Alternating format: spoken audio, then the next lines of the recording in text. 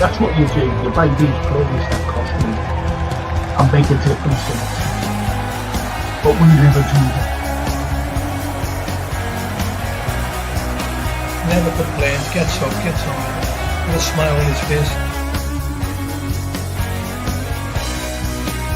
We just want you to sit in your chair and go, hip hip hooray,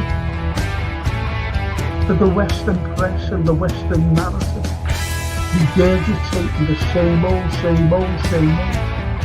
every single day, without the sun.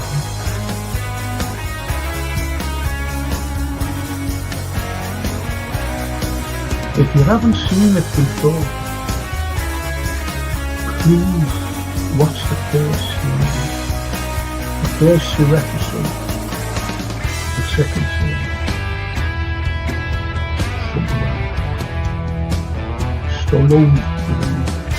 We are on the site of the castle. And it was the first time the Beatles had really stopped being semi-professional almost. Look at that. Absolutely fascinating.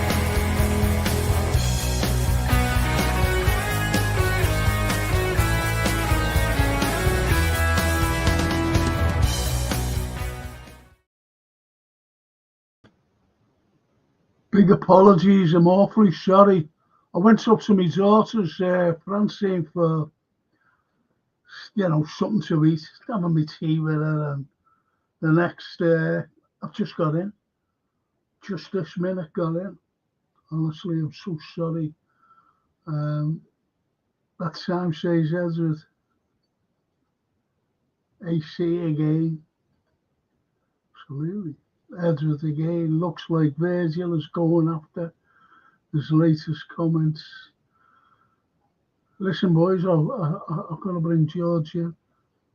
Let's do a double this season before things turn bleak next season. I don't want to think about next season, given the contracts situations you suffer from going along with you. I just hope Slot doesn't bring a load of players. They will, don't worry about that. That's a fucking foregone conclusion now. I seen us linked with a Feyenoord's winger. Says Edward. It didn't work out at United. Yeah, well, this is.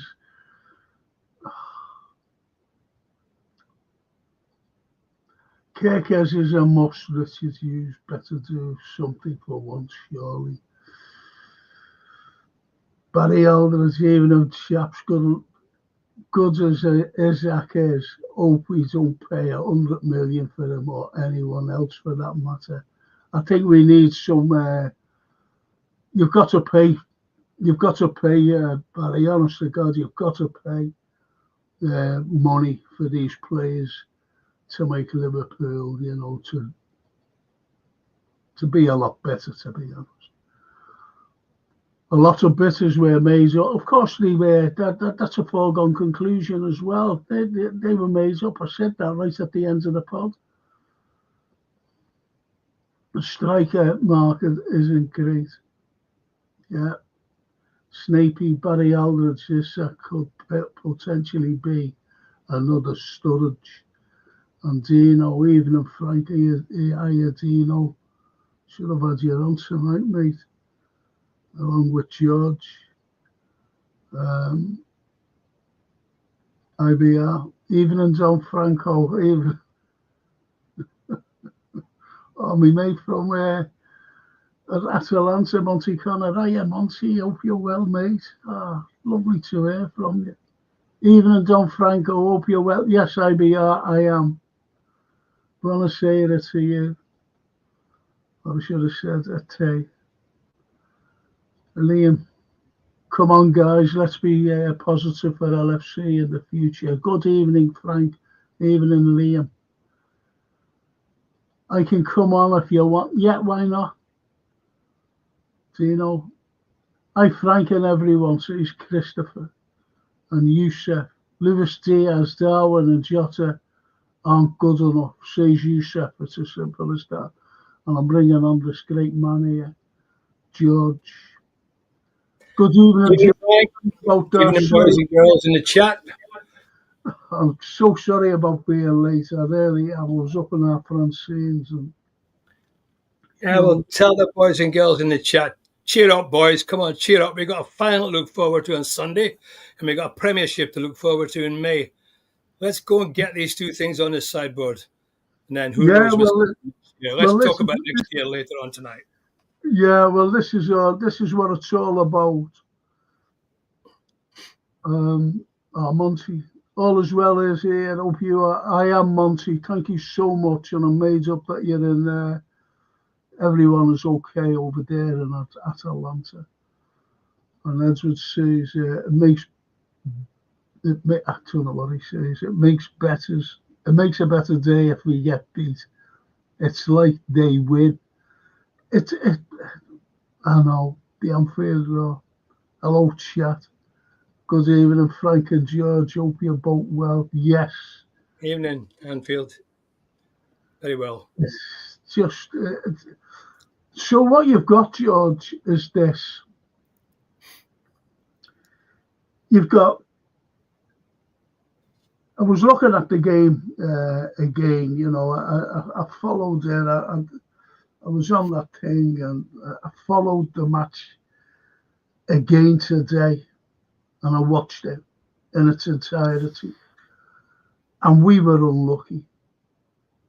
Their goalkeeper, Donnarumma, absolutely was brilliant. He was Ali-esque that night.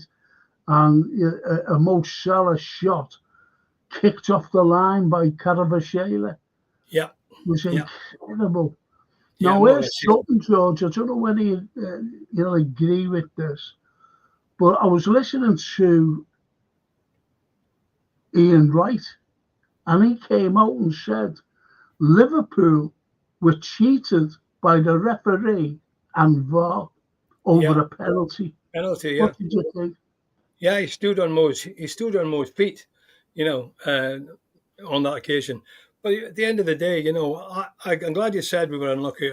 When you listen to the commentary, and I'm not going to diminish what PSG did. They're a great, great team, and they played really well in both legs. We were lucky in the first leg. Obviously, we were. We know we were lucky. We got out of jail. They were magnificent. But I thought at Anfield, the game should have been over in 10 minutes because we had two clear chances, either one of which Mo, you'd expect to take that one. It was like not an open goal exactly, but the sort of chance he'd put away with his eyes closed. That would have been 2-0. The game would have been over in my view, you know. Yeah. I thought we were certainly they're equal in the first half, not much in either side. We were by far the better team in the second half. Kwanzaa hit the post. The ball was spinning the wrong way. It would have span in. He wasn't offside. We knew that. So that was a goal. We scored a goal as well, which was minutely offside. It wasn't offside by much, a hair's breadth. So, you know, we had our chances as well. Now, in extra time, we faded. We looked tired in extra time. I think what we've been doing this season just caught up with us a bit there. You can see Konate went down basically with exhaustion, you know, because it looks like he's going to be fit for Sunday. So I thought we were very unlucky. We even lost the toss for the end to take the penalties at and who took it first. So we didn't have much luck going all night, to be honest. You know, and their goal was scrappy. Really scrappy, you know. Terrible goal. I was gutted when that went in. But good luck to them in the next round. You know, it's gone now. We can't do much about it. It's a great game. And I just, like you said before, Frank, I thought we were unlucky not to come out. And the other thing I'd like to say, the penalty, I don't know why Nunes took that penalty. I'm not having a go at Darwin. I mean, you know, I felt sorry for him. I think we all did. But he had the balls to get up there and take the penalty, to be fair. But why they put him in that position, I don't know. He's been under a bit of pressure. And it was really a hiding to nothing. Why couldn't Virgil stood up or, one of the others? I didn't understand why he took that penalty so soon, you know. The penalties were poor, I must admit. Well, to be honest, Darwin's wasn't too bad. It's a great save. Keeper saved it. But, it's just unfortunate on the night. And let's look forward now to Sunday. It's a lot to look forward to. Should be a great day on Sunday. That's what it's all about. You know, we have to look forward to it, and we do have to. We're Liverpool football fans, and you know we do put things in the past. You know, it's gone. We can't do anything about it, right. But we can talk about it. That's the problem. That's what it's all about, It's like, let's see what these are saying. Steve LFC says, "Hey, both, are you going to Wembley on Sunday?" No. Are you going, George? Well, what I've done, I've given my ticket to my grandson because my son's got a ticket and my oldest grandson's got a ticket and the second grandson didn't have one. So I've given my ticket. So those three are going down and I'm going to watch it on television. I'll be a sofa fan and I'll be jumping up and down, giving Carol big grief. The noise will be all over the place. I'll be going insane. We'll be going insane. I'll be bringing Dino on in a minute. I just want to get through some of these. The Anfield, Frank, the small difference to get us across the line is purely personal, apart from Gakpo, Jota, Diaz, Nunes are not scoring nearly enough. And they are also aren't creating enough. Right now, Mo is it. So everybody's got different opinions. The Anfield, that's why the summer we need serious investment. Yeah. Every time I pull a face when someone says that, and he means well, the Anfield, he's not a stupid person. We're all fans. We all know what the score is. But, we do need serious investment, not just depth-wise, but we need new faces in the starting 11. I reckon all three, Virg, Mo, Trent are going, and also Alisson is going too. And it's going to be one massive shake-up. The King says, "Evening, boys. I'm gutted we went out. But at the start of the season, I would have took a top 4 finish and a trophy. We could get 2. I'll settle for that every season," says You're the right, King. King. You're right, the King. You're right, mate. I He's agree. 100%. And Daryl says the front 5 needs a massive change. Nunes, Jota, Diaz, I feel, will be gone in the summer. There's going to be a lot of changes. We can see that. We can That's what happens in football. That's what happens. Yeah. And the Anfield, it's going to be a shell shock, but I don't see in any way that the owners' management will renew our star players. The real fight is Canate. If we lose him, also there will be big issues. And the Snapey says, I'm going to bring on Dino in a moment. Before a ball was kicked this season, we'd never have dreamt where we'd be, where we are now. Of course, win number 20 and a Wembley final, we'd have snapped people's hands off for where we are at the moment. Fantastic, Snapey. Fantastic, mate. Yeah. And Liam says, let's just wait and see regarding contracts. There's a cup and league to be won, says Liam. But they should have been, I've got to say it, Liam, they should have been sorted in the summer, lads. Well, yeah, it's a disgrace, Frank. It's a disgrace that these contracts have been allowed to slip down like this. I mean, it's far, far too important. These 3 guys are the spine of the team. I mean, and for them to allow this to happen. And there you got Virgil saying the other day, "Oh, I don't know what's happening." If somebody tells you they know, they don't. Chris, we're only about a month or 2 from the end of the season. If they don't know now, they never will do. It's not fair on the fans. It's not fair on the fans. It's not fair on anybody. No, it's not fair on the players as well, George, because Virgil's he's an honest person. So is Mo Salah, a very honest person. And when they've been asked about the contracts, they say, don't know what's happening. And that's they're not lies coming out of their mouth. They just don't know what's happening. No one has approached them. And it's shocking. What do you think, Dino, about these people? You all right, gents? Nice to Yeah, hi, Dino. Nice to see you, mate. Yeah, it's very frustrating, isn't it? I mean, Mo and Virgil seems to be nailing their colours to the mast, and Trent seems to be keeping a little bit quiet about it. So I think I'd probably say that it looks like Trent's going to go, and I think Virgil and Mo are still. It's undecided what's going to happen with them. I think ultimately, I think Liverpool and Mo and Virgil needs to meet at a compromise, because Liverpool are not going to pay over 30 years of age players the money that they're demanding. And if they want to be realistic and stay at Liverpool, then they're going to have to meet Liverpool halfway. And unfortunately, that's just the way that Liverpool run the show. Well, to be honest, you know, I was told by a very, very, very good source, and I'm going back a few weeks ago, and I told you this when I got my haircut. That's how I know. That's how long ago, a couple of weeks ago, that it's not money they want. It's the name on the back. Yeah. They want a percentage of their name on the back. How many shares? That's true. That's a no-brainer. That's a no-brainer that to give them that. Of course it isn't. But then I was told that I'm going back 5 years ago. 5 years ago. And I was told then that all the merchandise that's sold in the Asian market, and there's tons of it, not one penny goes to Liverpool Football Club. It does in Europe, and it does in this country, you know, goes to Liverpool, but nothing goes to the club in the Asian market. I was told that 5 years ago, and I don't think anything's changed from then, and it just goes to Fenway Sports.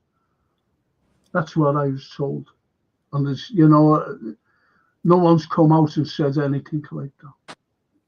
And Liam Molyneux says, "Hey lads, can we win the league and cup first? Let's just chill. No one is irreplaceable. They are irreplaceable. They're not irreplaceable. These people, are you going to look? I don't like arguing with you know, our lads on there. They're all different opinions. But who can you replace? Who can you replace? Yeah, in fairness to Liam, Frank, I think what he's saying really is, in the history of the club. No, hang on a minute, George. And who can you fucking replace Mo with? And if Frank goes, who are you going to replace him with? And if Konate goes, because PSG, and he's a Parisian, they're like that with him. And who are you going to replace them with? We don't buy anybody. We don't buy anybody. You know that. I know that. I don't totally agree with you, Frank. I don't totally agree with you. We don't buy anybody. We've not been buying anybody recently. I agree with that. Case is the only one. But we bought McAllister, we bought Szoboszlai, we have bought players who have got us to this position we're in now. No, I understand that, George. I'm not fucking stupid. No, we're top of the league. I understand that. George, I understand that. I really do. But we're promised war chest every summer. Do we get them? No, we don't get war chest. Let's wait till the end of the season. We'll see, Frank. Oh, yeah. Well, that's it, isn't it? It's like every season. Oh, we'll see. And nothing happens. And then what happens? And if these lads go, who are we going to replace them with? Well, you can't. You're right. You can't replace them with that quality because of what they've achieved. It's impossible. We all know that. So let's keep our fingers crossed to sign the contracts, Frank. Yeah. Well, that's it. It's really got to me. It really has. That bloody loss the other night, and this now, you know, over the contracts. And I still say about what that you said as soon as he came. What are we looking for? Someone asked him, "What are we looking for in the market?" And that opportunistic. As soon as he said that, that was it. And the opportunistic was an appeasement with Chiesa, who hasn't played, if you know what I mean. Yeah, that's a silly signing. He's only played 25 minutes. He's only played 25 minutes since we signed him. But, I mean, you know, God knows why. It's wrong. I think last summer was a difficult market. Last summer was a difficult market for the club because of all the upheaval with Jürgen going and everything else. And obviously, Richard Hughes had only been in the job 5 minutes. Yeah. So I don't think... Sometimes it takes 12 months in advance of scouting players. So I don't think it's fair to judge Richard Hughes just yet until the summer. Whereas I've said in previous shows, Frank, I don't think there's going to be a place where Liverpool are going to be able to hide they're going to be forced into a corner, and they're either going to fight to get out of the corner by investing, or they're just going to prove a point that, you know, they lack ambition. But, you know, only time will tell. Yeah, it is worrying though for next season. It is worrying, to be honest, because we don't want to be a one-season wonder at this level. We need to continue and go on. We need to go on and get even better. Well, we'll just see how good Arnie is, because don't forget, this team, these squad of players, he never had a clue about. He brought them in. They were already there. He came in. He did this. He little tweaks here and there, and we did well. But what I seen in that in the extra time, we were knackered. We were tired, yeah. Well, and you've only got to go back the last few seasons because of the depth of the squad, without the quality coming in, and we blew up with being overplayed, and he has overplayed them. There's no question about that. Yeah, and you've also got to look though, Frank, is that PSG rested Onana there starting. I know he did. That's right. What I mean? I think obviously if I know that we're in a strong position, but we want to get the league wrapped up as soon as possible. So I don't think Slot really had much choice in going strong at the weekend. And you know, we did bring players off with like 30 minutes to go as well. But as you know, this like core group of 14, 16 players, you know, has put a massive shift in this season so far, and you know, hopefully we can sustain it. But and that's why the injuries are happening, isn't it? With you know, I mean, the injuries, you know, such wood. I mean, so far they're not really muscle injuries. I mean, Trent was just unfortunate that he got his you know, his ankle went underneath his. Yeah, he went over on his ankle, didn't he? So you know that you can't legislate for that as a manager. But you know, so far the other players, you know, we've been quite lucky with them so far. Yeah. Well, that's the way it is, isn't it? Really, you know, it's the tiredness. It's the tiredness. I said during that game, here's what I said. These people, Newcastle, will be laughing. They'll be rubbing their hands with glee. Yeah, that's what I said. Now, I'm not going to give a prediction for Sunday. I'm sorry. I'm not going to give a prediction. But they'll be like that. They'll be rubbing their hands. Wembley would have suited Trent down to a T. And that's sickening for me. That would have suited him. And we've got Bradley injured.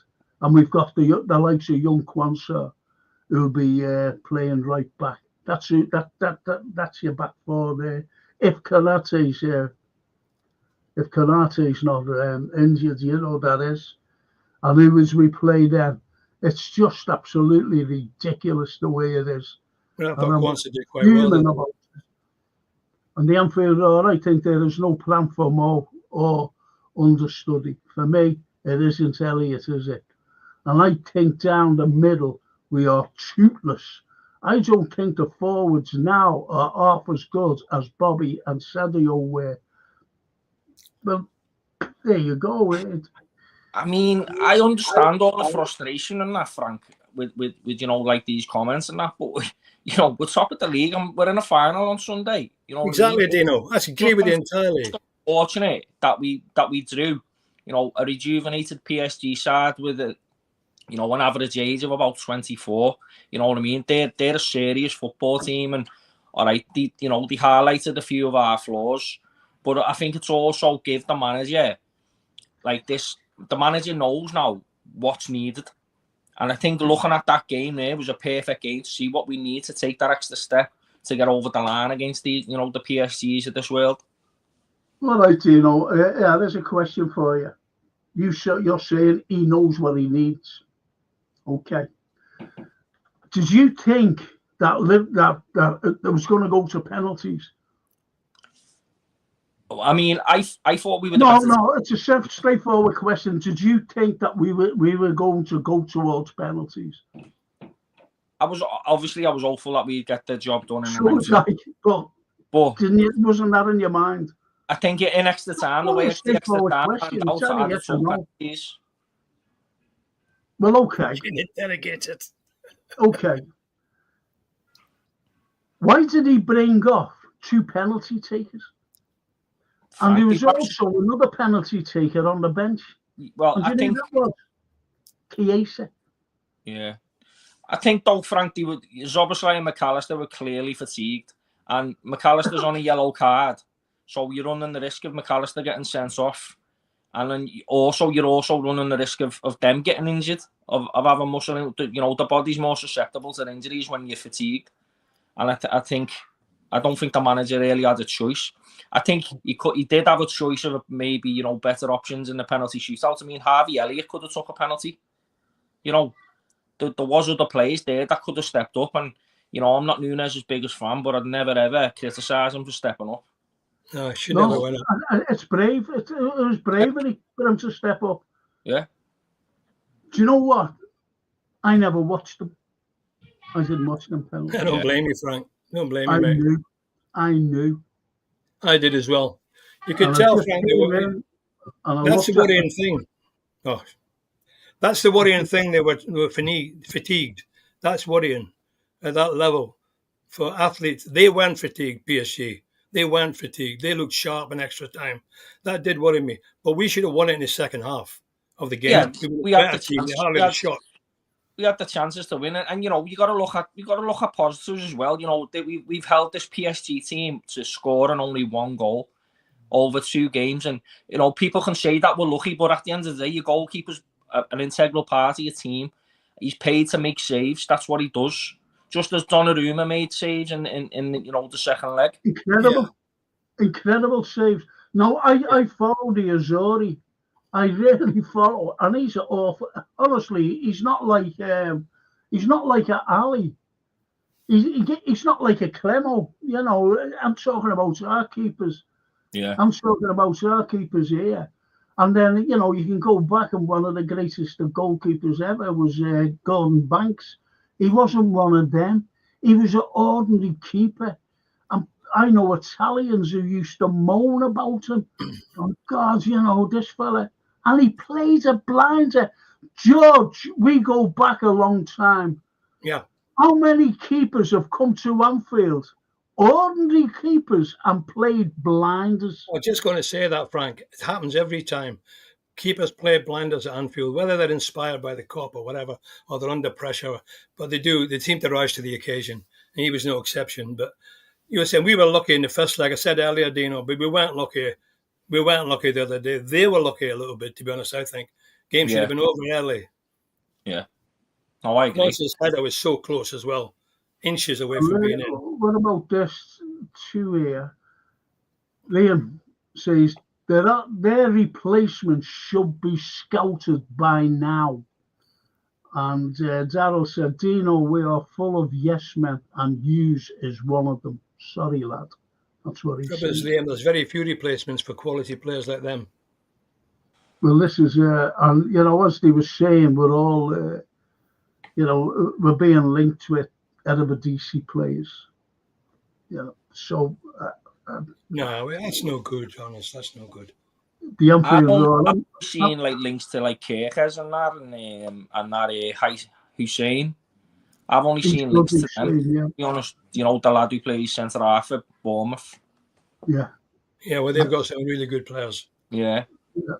I've not seen any links to anyone from the Eredivisie except for that Jarell Hato, but he's supposed to be like a sort of generational talent kind of thing. So we'll have to wait and see. Well, again, we've been linked with, you just mentioned the Kirkes, we've been linked. These are links. Yeah. And these links never come to fruition. Remember what I said from Wolves as well. We were linked with Carvajal. Yeah. What an addition he would have been. And I thought we were going to get him. I was telling everyone on here, I said, he's a fantastic player. Yeah. And when, people might have seen him, they mightn't have seen him, but they did see him on the opening game in Paris at the Parc des Princes. They seen him and how good he was. and how good he was the other night as well. I remember him playing for Napoli against us, Frank, and I was impressed with him then. Well, there you go. I remember you saying it.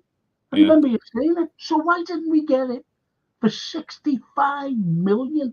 And do you think that would have been a bargain. Cracks who own us are going to go out and pay 80 to 100 million for players that we need? No chance. I think in the next year or so he's going to be one of the, if not the best player in the world. Yeah. Yeah, he's got class. He's got class. Yeah. He's brilliant. I've always liked him. As you know, I follow Napoli. He's unbelievable. He's a kid when he was a kid. You know, I think he was 19 when he came to when he went to Napoli. I went, whoa, look at this fella. You're fantastic. Yeah, well, that's where your scouting system comes in, and we ain't got it at the moment. Well, you know, Liam says Quansah did well when he came. Of course, he did well. You did, Liam. Yeah, he did. Oh, nearly scored. Let's hope he does well at the weekend. Well, this is it, isn't it? Sorry there. Because he's going to be playing. I don't know about anyone else, but the way FSG handled our spending was fine when they first took over after Ricks and Gillette. But aren't we supposed to be a powerhouse? Instead, we spend like Minnie Mouse. And that's true. You know, the likes of Bournemouth and these other, you know, Brighton spending more than Liverpool Football Club. I'm sorry, but I don't take all this summer. We've had it too many times. We've had it over the years, summer war chest. And it never materialises. And this is why we've got to hang on to our most important players with experience. Mo Salah's got another couple of seasons in him. So is, you know, someone mentioned about it being like 33 next birthday, you know, Virgil.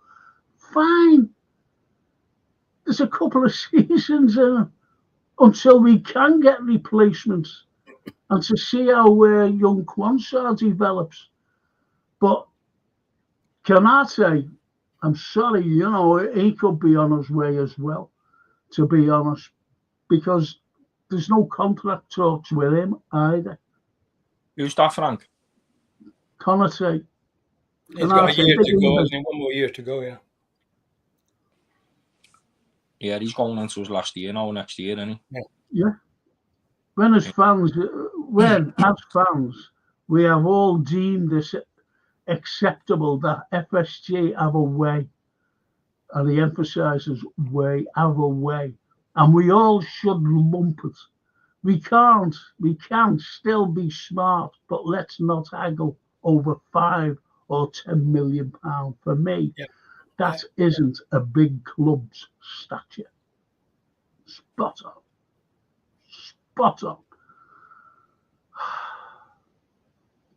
Brave but stupid, says the king. Everyone knew he was going to miss.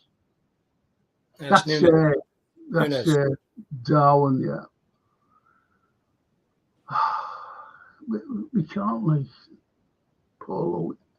George is right. We dominated the second half, but poor finishing cost us. By the Aldridge, if we had to put away those early chances, we wouldn't be talking about penalties or fitness. No, I agree. I said the same in a comment, Frank. I said, you know, if Mo puts one of them early chances away, the tie's over, because they wouldn't have come back from that. Yeah. They would have been dead. They'd have been dead. The crowd would have been up. It would have been 2-0 up and away we go. Definitely. And it was only when they scored that you know, it was like a sucker punch, and the whole crowd, the whole stadium, the energy just, you know, just. Did you go, Gino? No, I didn't. No, my lad went instead. Well, okay. I don't know what your lad said, but my grandson James, he was there. Yeah. And he said, and he you know, we watched things on the telly and that, and he said, I can't believe that, because the ground was electric with our fans. It was unbelievable. Yeah, no, we said the atmosphere was, yeah. I never came across it on the telly. You know, he said, Jack said the same. He said the atmosphere was there you go. but he said, you know, once they scored, though, it sort of like flattened a bit. I could hear it on the telly, you know, like when Donnarumma was getting put under pressure and it was going out for throw-ins, and you know, you heard that, you know, that's to me is atmosphere.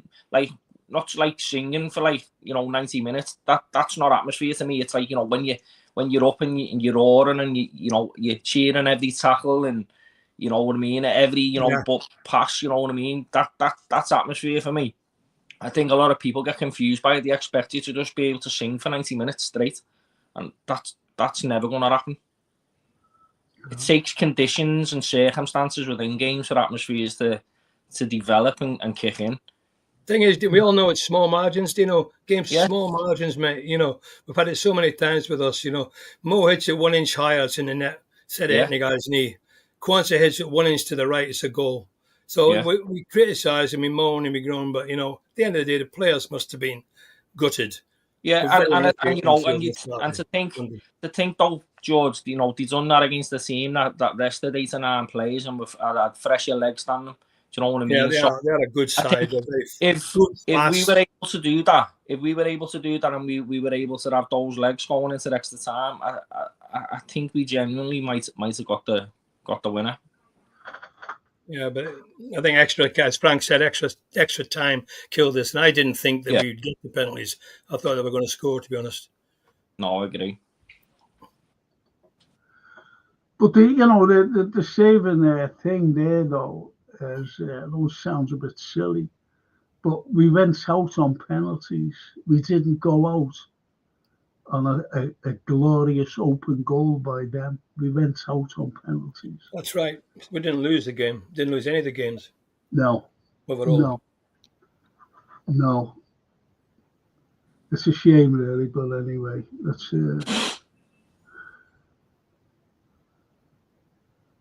And Darryl says Liverpool pushing for Liam Delap.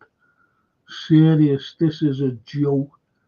And this is what's coming out all the time. Daft things. We're going to be linked with everyone, Frank. It's Liverpool Football Club at the end of the day. We're going to be linked with everyone. We're going to, you know, we're always linked with everyone. Take it with a pinch of salt. Yeah, but not all. You can't take all players who were linked to it with a pinch of salt. I just mentioned that Gareth Shearer, and we were linked with him. Yeah. But the owners wouldn't pay 65 million. So remember that old Caicedo business, Frank, when they were going for Caicedo? They said they were going to pay 110 million for him. Do you remember that? Yeah. And the other guy as well, 40 million. That would be 150 million for 2 players that went to Chelsea. You know, that was all smoke and mirrors, wasn't it? It was a big spin. It was a big PR thing by the owners. It really was. And Edwards and everybody else who was involved. Not Edwards. But anyway, it was a big spin fucking thing. Bournemouth says Liam, Bournemouth double transfer is on the cards. Here we go. Kirkes is a done deal. Oh, right. Just who else was a done deal? Wasn't there Shumani done a done deal? Wasn't there Jude Bellingham a done deal? Wasn't come on. I don't like all these like done deal things. I really don't. Followed by Dean Houston. He's good, that kid. The 20-year-old, 6'5" centre back who has had a magnificent season. Yeah. The Anfield Roar. Barry Hunter's the scouts. We've got 22 scouts. They better go and earn the money because all of them scouted Chiesa. Bravo. Fucking bravo. There you go.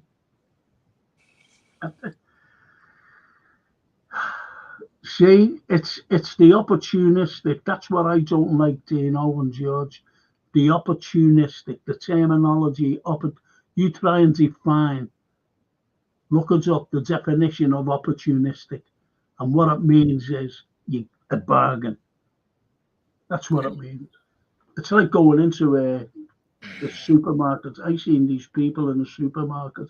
One night I had to go in for something, and they were all over it by this counter, you know. And what it was the food getting thrown out the next day.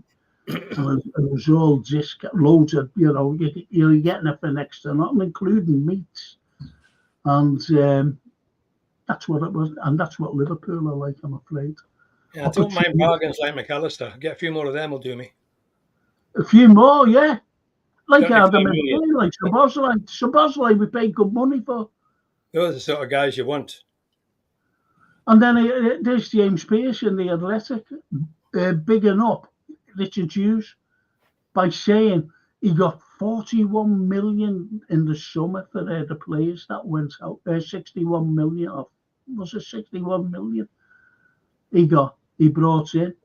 Well, what's that? He's done nothing since. He brought Chiesa in. Yeah, oh, that's right. Forgot about that. Fuck's sake. I'm sorry, but I don't know why they brought him in. I don't have faith. I don't have a lot of faith. We will spend big in the summer. Last summer, Brighton spent 220 million while we broke the bank for Frank's mate, Chiesa. That was with the it's not me. It's our lads. It's everyone I speak to. I do speak to other people, not just on here. And they say the same. They're worried. I'm worried.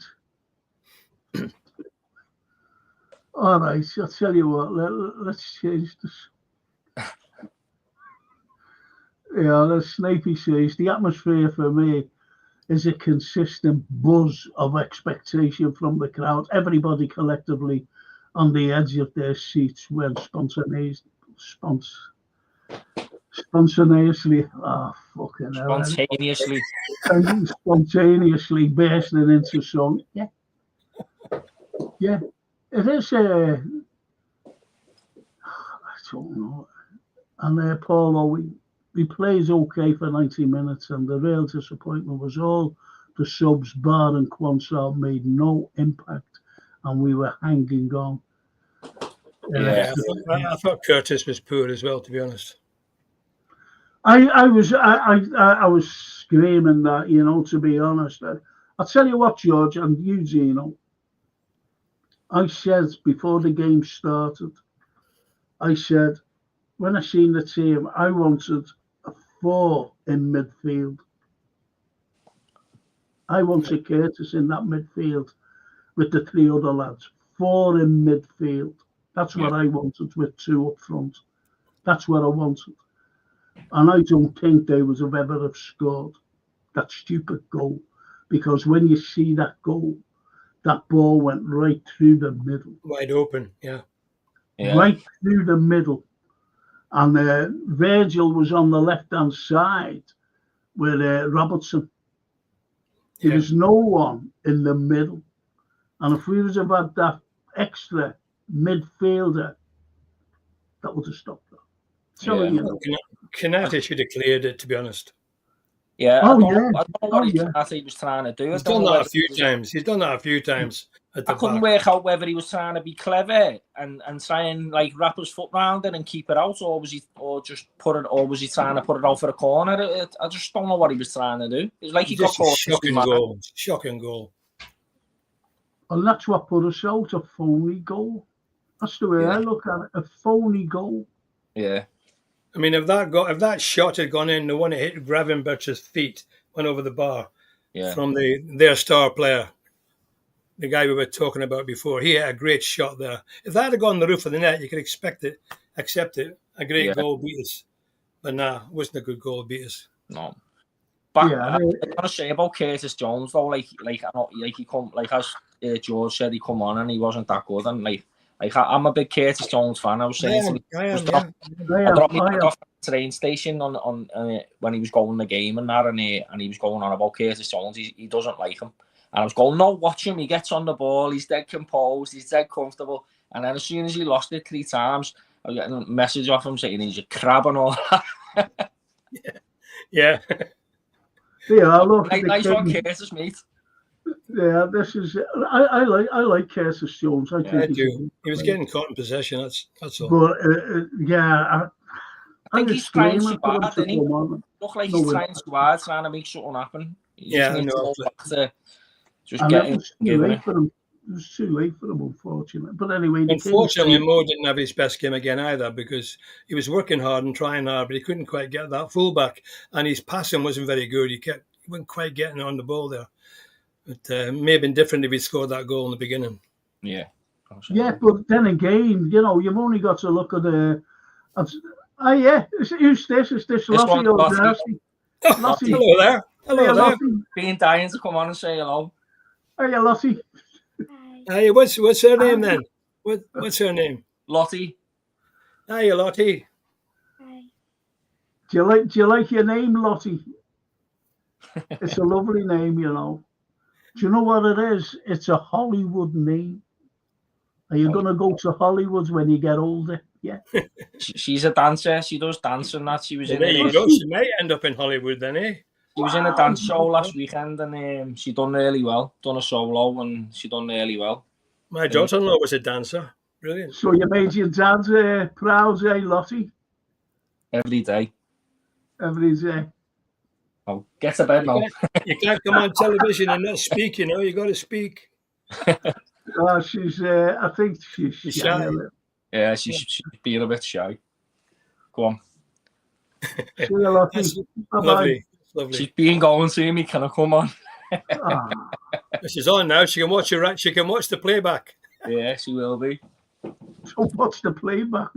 Don't look at me. Don't listen to Uncle Frank. Do you know what? My granddaughter, Francine, brought me up to her place, and Sophie was in the car. I was made up to see her in the car, because we hadn't tea up there. Anyway, I was driving up, and she said, "Granddad," and I said, "What's that, Sophia?" And she said, "I heard you swearing." I said, "It wasn't me."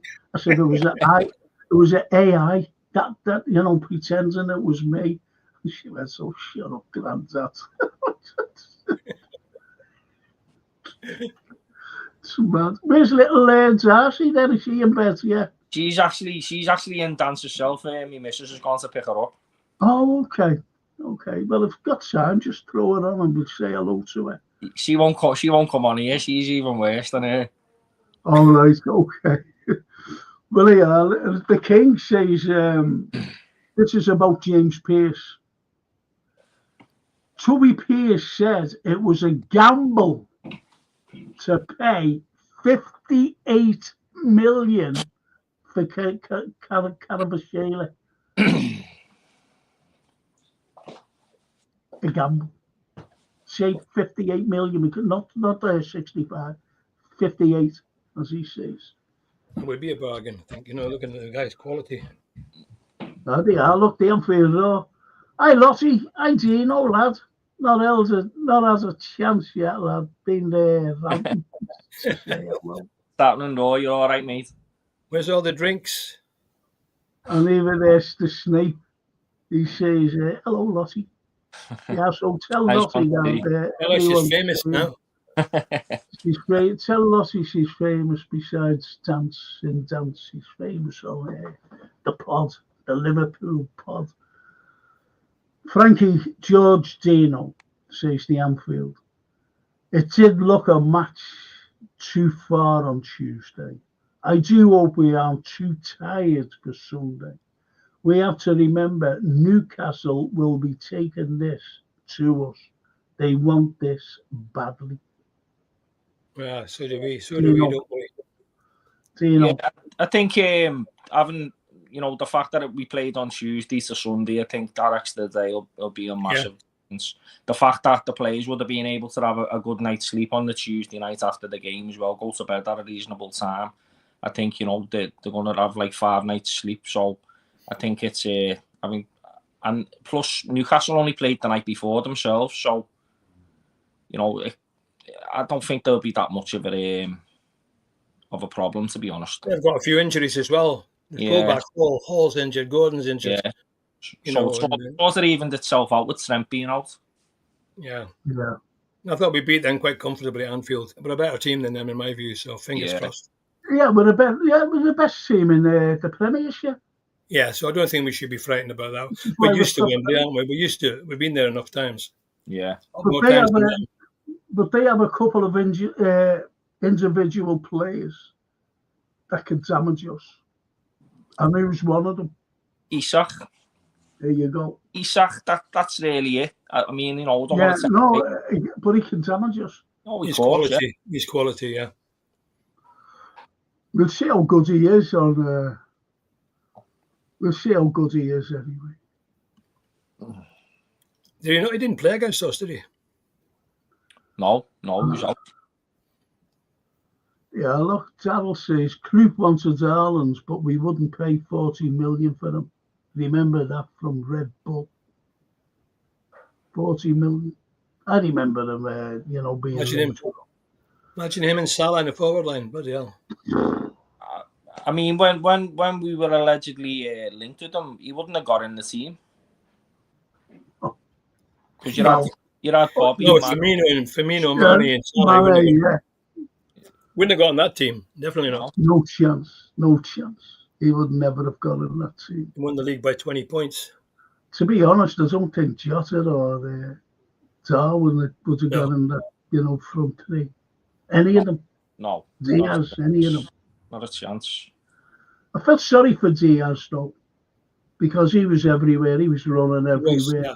Yeah. And that header he had when he headed it down. Yeah. And out on the rumba. Another one, I forgot about that one, yeah. Incredible. I think Diaz does a lot of unnecessary running now. I think he runs himself into the ground too much. He seems to come and get the ball in places that he doesn't really need to, and he goes chasing all over the pitch a little bit erratic. I don't think he needs to do as much of that as what he's doing. I'd like to see him contain himself and just keep it for when it's needed. I'd like to see him shoot a bit quicker. He tends to put an extra touch on the ball instead of just letting it go. Like what he done against Southampton, going on the outside instead of coming in on the inside all the time. You know what I mean? He can do that, as he proved against Southampton. He does it now and again, doesn't he? And you're spot on. He can go on the inside.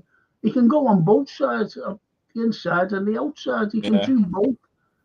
But it's the Anfield Road says I'm off down south there tomorrow, 2 days early to acclimatise to the heat, and to get on the drink.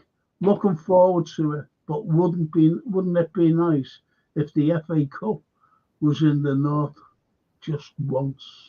Yeah, well, have a good time. Enjoy yourself, man. You'll be brilliant. Yeah, might see you down there on Sunday. Brilliant. Are you going, yeah? Yeah, I'm going with me lad. We're going Fantastic. down Sunday morning. We're getting the coach from the Arkles. Oh, that's all the Arkles, yeah. Oh, that's a good lad, the manager in there. A good lad, isn't he? Yeah. I just love our away fans, I love our home fans. I'll tell you what, there'll be some atmosphere there because if the Newcastle fans are good as well. Yeah. It'll be bouncing. Wembley will be bouncing. Snaky says Jack and Zamadio certainly, but I wouldn't disregard their midfield. They are a productive unit, both in and out of possession. Botman, missing for them is a big miss, though, as is Anthony Gordon, 50-50 for me. He's a big miss, yeah. I just hope it doesn't go to penalties. My heart won't take that. Honest to God, I hate that. I've always said, whether it's Liverpool or anything, it's a shame that penalties, when they come to the fore, it's a shame that one team has to lose, because it's been one of those games where neither side deserved to lose, if you know what I mean. And that's 2 penalties. The PSG manager said that as well, didn't he? What? Luis Enrique, the PSG manager, he said that as well. He said it was a game where neither side deserved to go out. Oh, I don't know. Did you see the Real Madrid penalty when he hit it with both feet? Yeah, I still can't see where. It was strange. I couldn't tell watching it how the VAR spotted that. Oh. That was a weird one, that. Yeah. Cost him a game, anyway.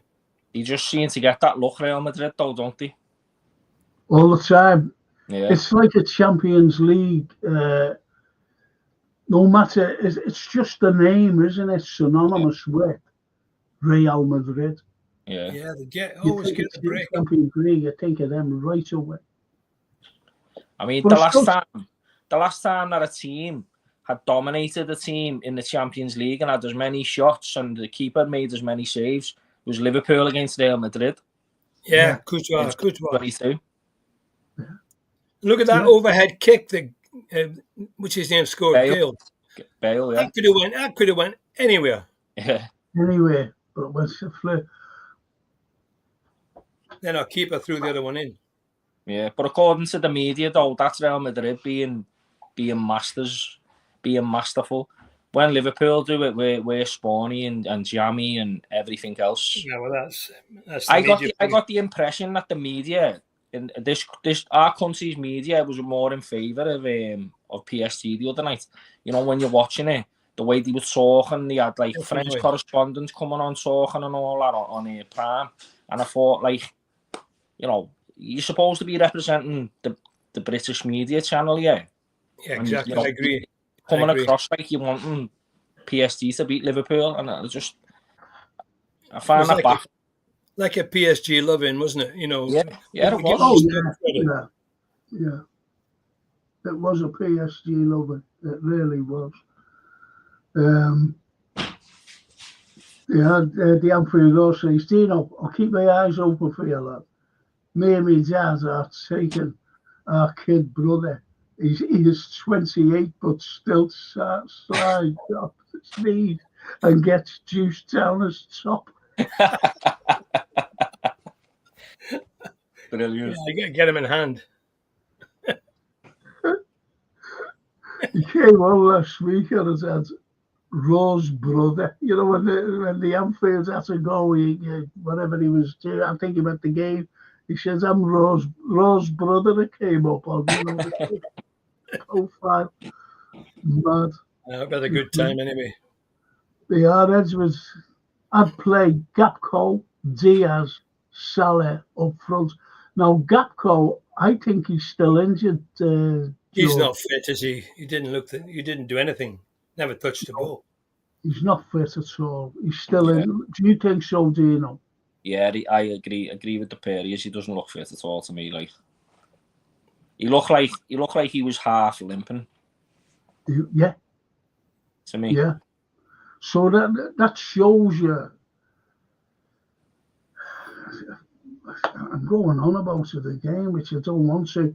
That shows you the depth. You know, when we're bringing on a player or even putting them on the bench, a player that is injured. Yeah, that's right. That's sad.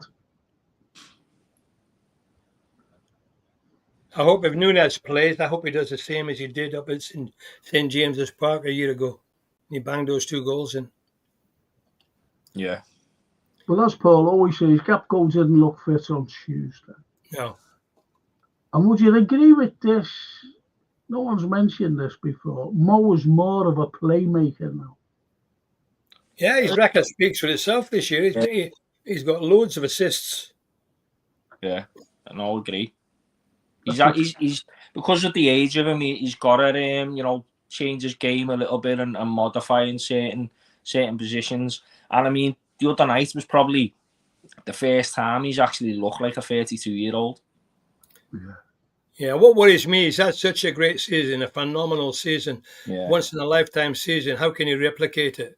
You wonder, don't you? You wonder if it's, if he's got that in him to do the same again. I think he has, but a lot of people will be wondering that because he could finish with ridiculous figures. He has to have players around him, George. He has to have players around him. To be honest, he hasn't got them.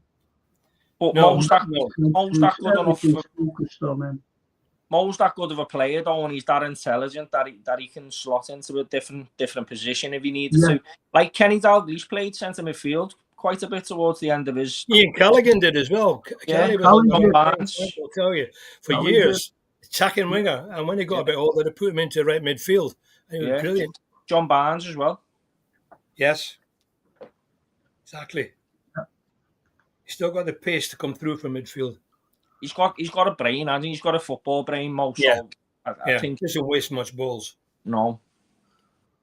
Well, it's Callum. He says he picks out Alisson, Quansah, Canate, Van Dijk, Robbo, Gravenberch, Maka, Szoboszlai, Diaz, Nunes, Salah.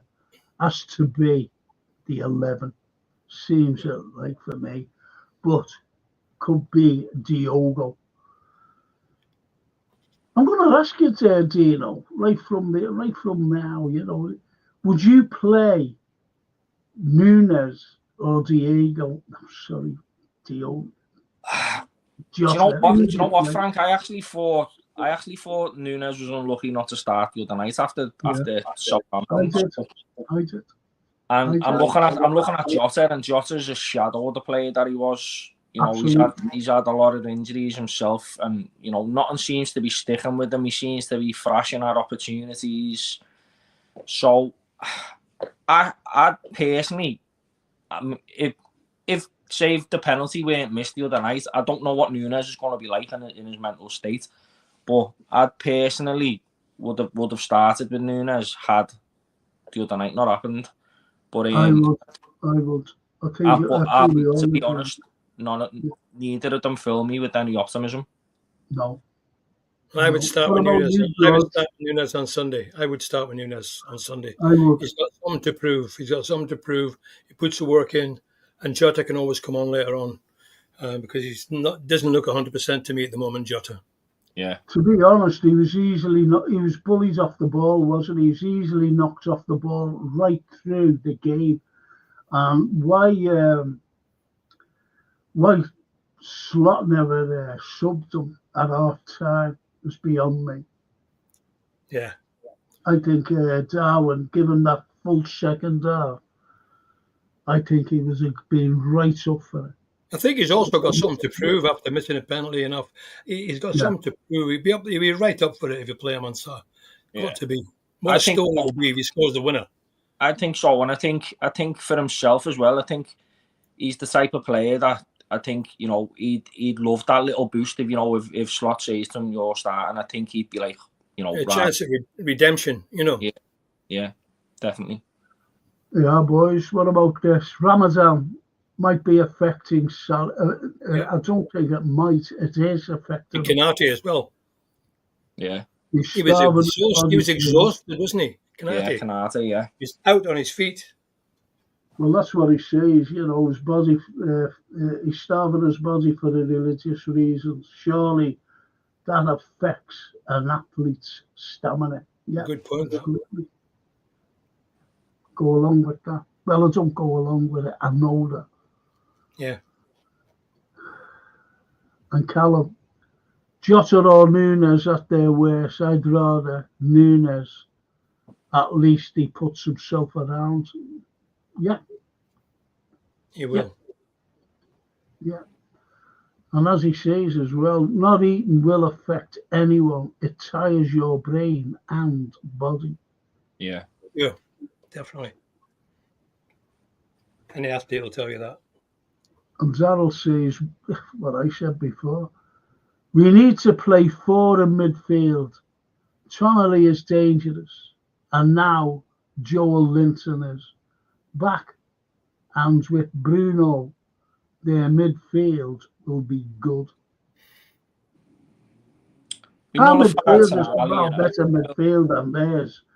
But you've got to take into the equation how much did that extra time take out of us. We've got to be realistic. It's no use saying, we're going to be all right. It's the realism. And I go back to a couple of, the last few seasons when we've just blown up.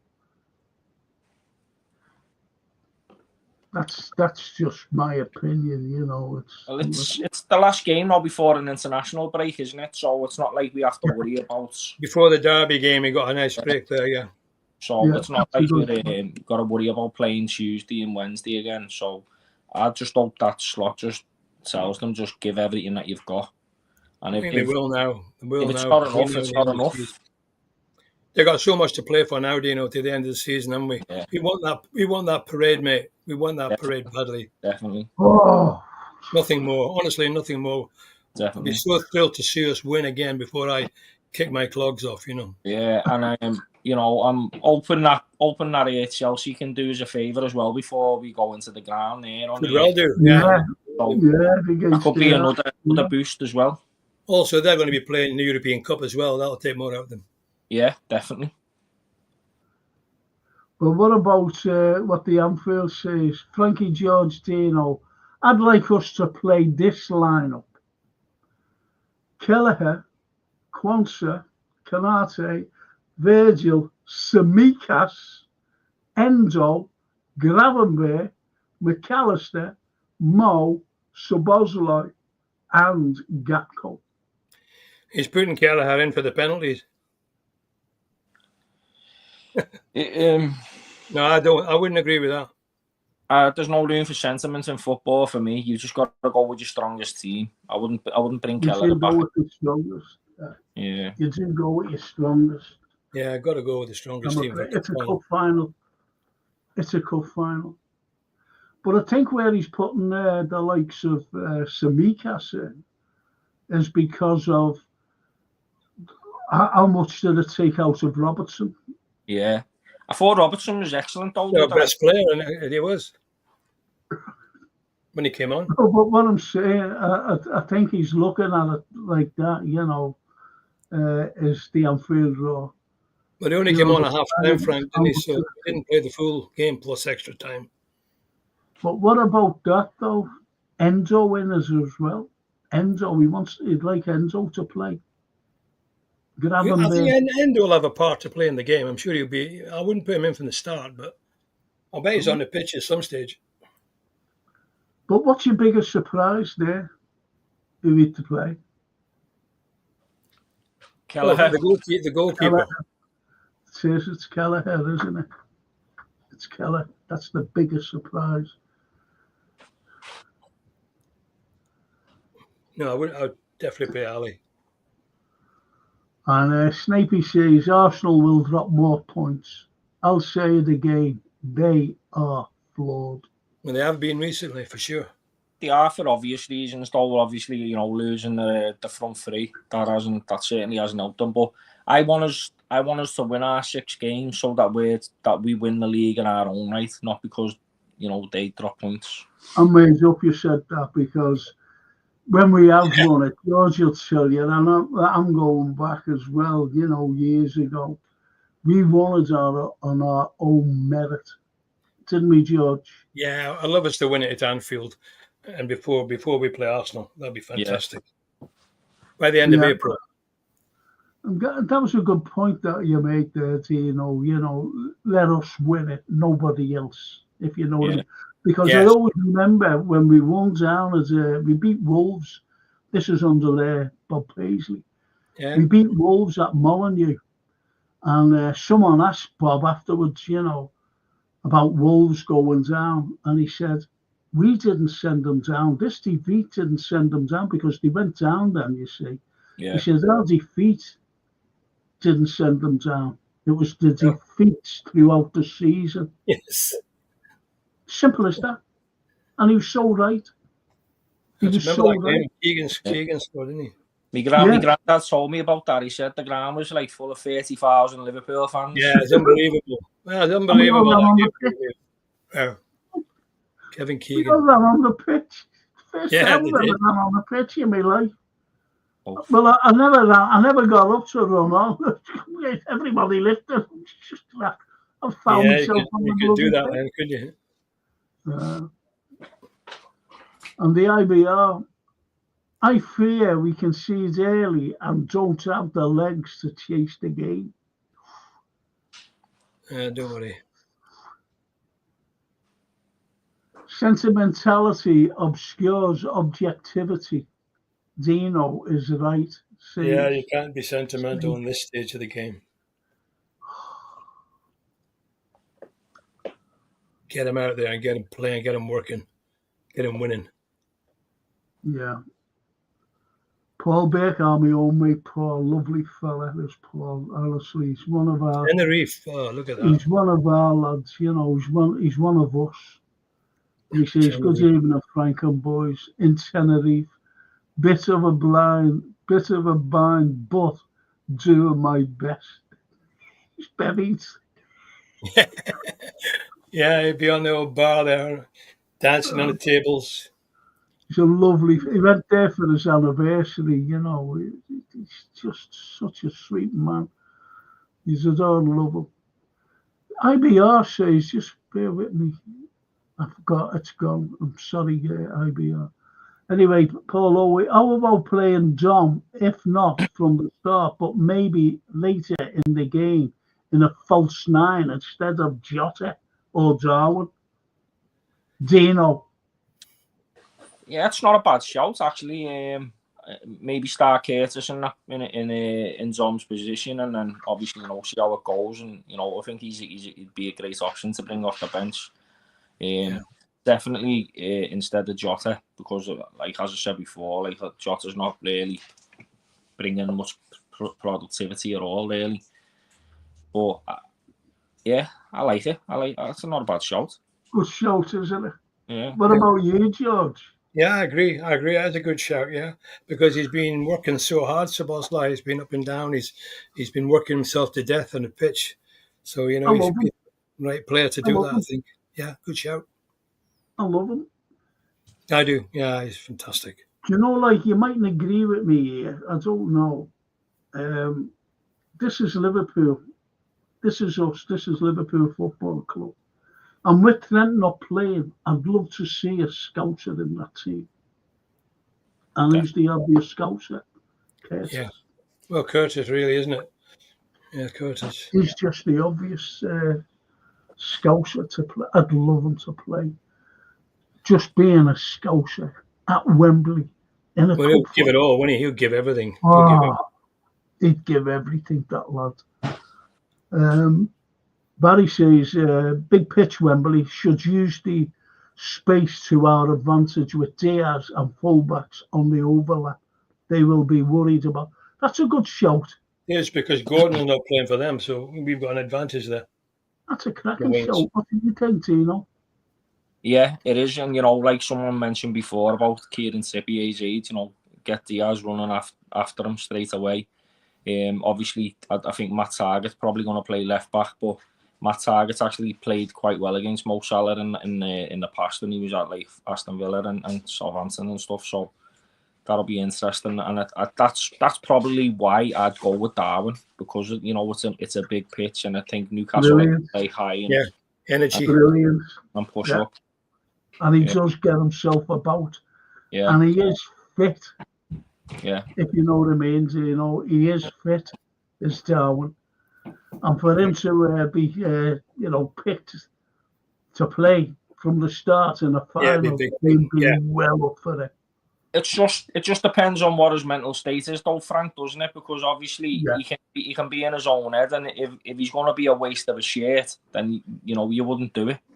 But if he's going to be the Darwin that's going to chase Harry and put pressure on the defenders, and as well as giving our players an option to run in behind and stuff, then yeah, I'd be all for it. I think everybody with the shirt on Sunday will give it 100%, Yeah, I believe that. I believe that. And then, as you're saying, like a mental state after missing the penalty, but it's not just them who missed the penalty. Right. So you might as well say that about the rest of the lads as well. But this is what Liverpool Football Club is. We get knocked down, we get back up by winning a cup on the Sunday. Exactly. Spot on, mate. Spot on. I think. But no matter what, we're going to be up for it, and I just hope. I hope it's settled within the 90 minutes, because we're a far better side than them. You've got to take our chances, haven't we? We've got to take our chances. That's the key thing. We've got to. Now, getting back to this, like I was up in, Upper France, sorry, it's upside down. I think it's that the way. Yeah. Right, that one. My grandson Ben, he said he's 19 points clear Yeah, Beno, top of the league. Yeah, seen that. 19. That's brilliant. I'm only 10 points away from 6th, Frank. I'm 10 points away from 6th. I'm heading into the top 6 now. And then it'll be top 4. Qualification for Europe. I try and win the programme then. I think it's good though, you know. It's good fun, yeah. I'm going to be like Declan Rice and say it's not over till it's over. Yeah. Like at Old Trafford when he celebrated the draw. Yeah. That was mad. What did you think of that, boys? You ran to the crowd celebrating he scored that draw, you know. I'd have been fuming if we were in their position needing to win and like one of our players done that, I'd be fuming, you know what I mean? You want to get the ball and get back on with the game. Yeah, get back to the centre circle, play the ball, yeah.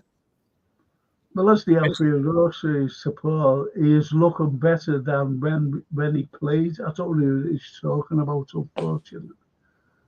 I'm still not. That is Norman. Hey, Norman, felt we were a tad unlucky the other night. Another night, we blow them away. That first 15 minutes. We're all saying there, Norman. Yeah, definitely. I remember I remember someone saying in the commentary, because I was doing that bloody watch along, and I remember someone saying in the commentary, we've done more in the first 10 minutes that we did in the whole of the game and we did. Yeah. Over there in Paris, if you know what I mean. Yeah. And that was that was the spring I needed. Yeah. They were rocking, weren't they? They were really rocking. Yeah, I think that was the game plan, wasn't it? The game plan was to put the side to bed by getting that early goal and just shutting up shop from there. But unfortunately, we just couldn't capitalise. Even Salah's second miss was a poor miss, to be honest. His left foot. Yeah. I think so. And Mo scores them with his eyes closed. Yeah, he does. Yeah, that's crazy. Yeah. And the Anfield says, Frank, it's a fiddle. It's a family heirloom you never wanted to give up. Slippery Des Lyon. That's awful. That's awful, though. I hope your coach breaks down on the way down, Anfield. You don't get a lift. You can't get a lift and miss the match. Paul Owen. After the disappointment of PSG, I'd be more worried if we had Southampton in the PL Sunday. Damn, Newcastle in a big final at Wembley. Yeah. Because they gave us a game last week, didn't they? Didn't the first half, yeah.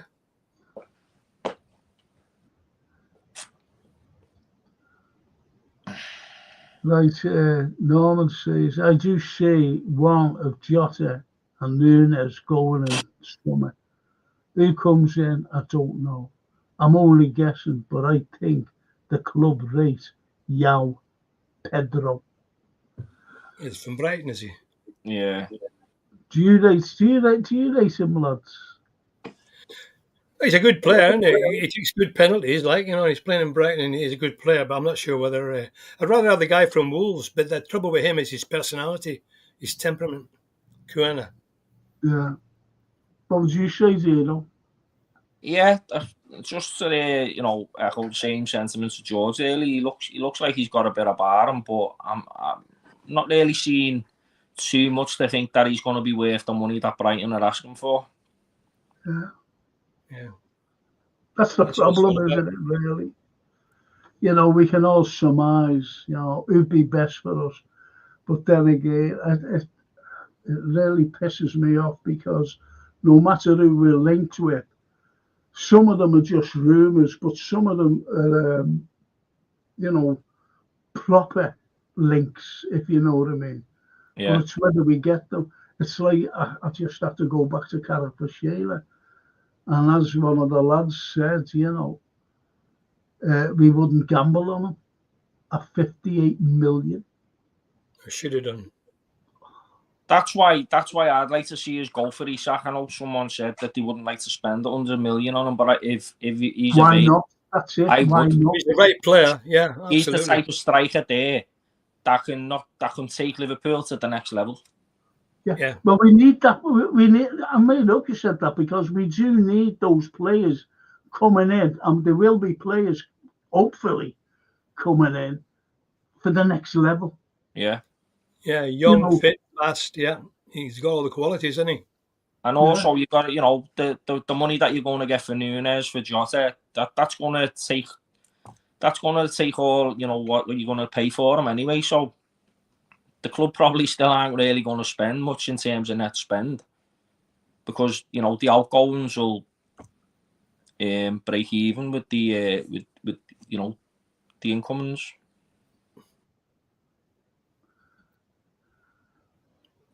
Yeah, Bournemouth got a couple of good players, haven't they? As well as Kerkers, they got Kluivert, they got Semenyo, and Kluivert. There's some good players down there. Good squad players, anyway. Snapey says, Dean's right. Historically, our foundations are built on resilience. If we tear up properly, Slot's gonna want his first trophy. Oh yeah, we'll definitely turn up. I'm sure.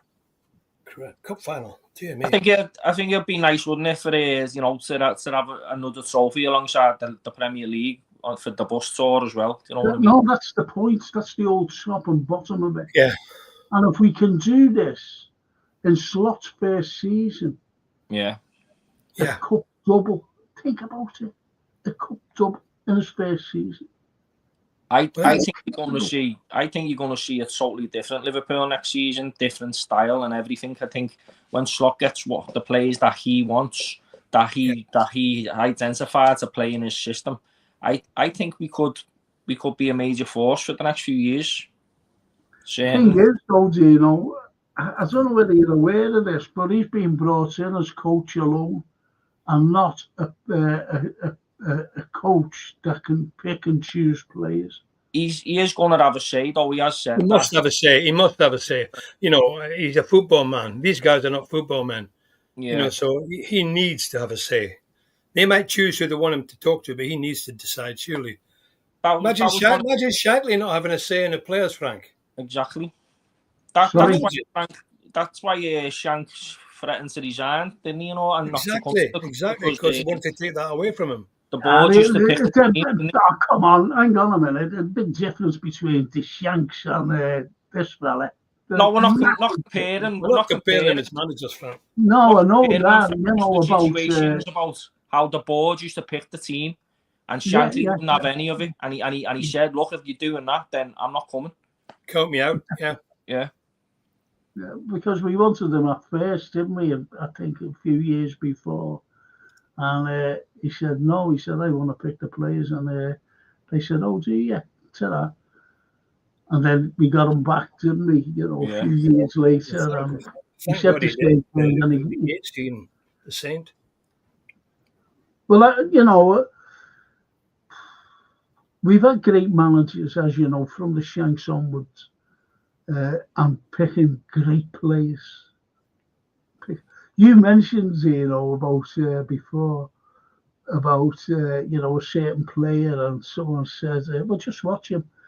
And as I said, I've said this, I used to call Peter Cormack. I said, what does he do? And he was this fella in the stand. First time he's ever been in the stand, me and my mate, James Howard. First time. It's the main stand now, today. And a big poster and everything. Obstructive views.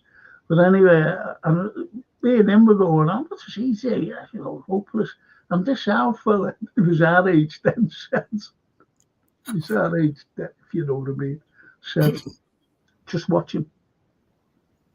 Just watch him. Watch Peter Cormack. And do you know what? We watched him. Unbelievable. And he was a great player for us, wasn't he, George? Yeah, Shanks loved him. Shanks really loved him. Terrible player. I think he was underrated. We wondered what he done. That's what I done. Anyway, the umpire says, hey, Frankie, I heard that. That's only fools and horses incident when the coach explodes.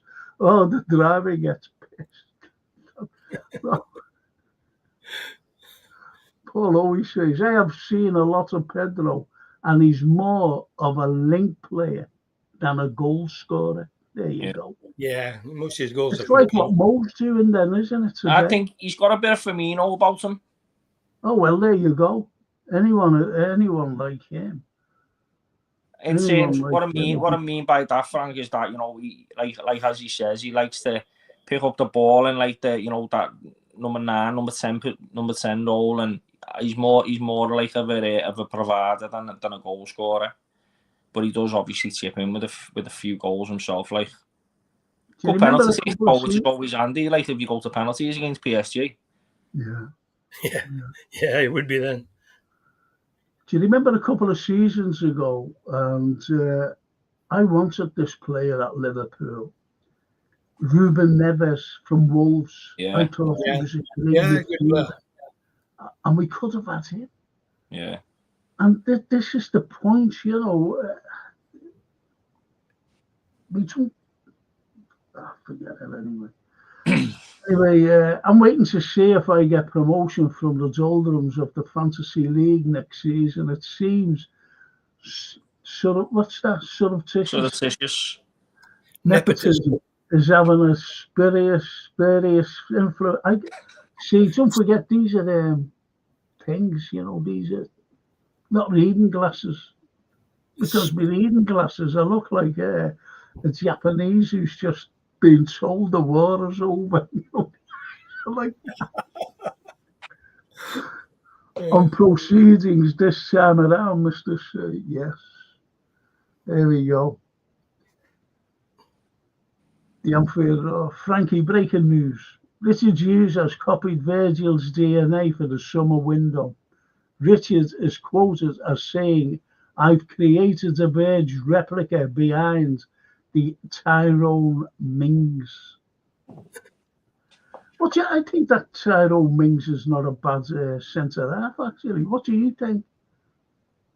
I'm not a fan. I'm not saying you're a fan. He's all right. He's Aston Villa's level. All right. Yeah, that's what I mean. He's all right. But we don't need all right players. He's all right for Aston Villa. Put it that way. Yeah. Get the players with pace, hopefully. That's what he says. The king. Well, that's the important thing in the modern game. That is the important thing, pace. That's what wins games. That's what wins games. All the great players have had pace. Every one of them. Up front, especially. Yeah. And Norman says this has the power in a shooting without any backlift. Bit like Les Ferdinand, very powerful, very quick, and very intelligent. Would be a great sign. Got great feet as well. Sorry? Yeah. What did you say, Dave? I said he's got great feet as well. Like great feet, great touch, great sense of awareness. He's got everything. Like the only thing you worry about is obviously he picks up little niggling injuries here and there. Yeah, in my day, the manager would be saying, "Get into him." But if Slot's got his ways of working that tries to limit injuries on players, so it could, if he comes to Liverpool, and could have a positive effect on his injuries. I think he'd do great at Liverpool, to be honest. Yeah, I do. And I think if we were to get Isak, I could see Nunes going to Arsenal. And that would be great, wouldn't it? Because they still wouldn't have a centre forward. Yeah, exactly. Imagine that. Don't let one of our chatters down the goat. You say that. Down the goat. I haven't seen him for a while. You can follow him to Arsenal with him.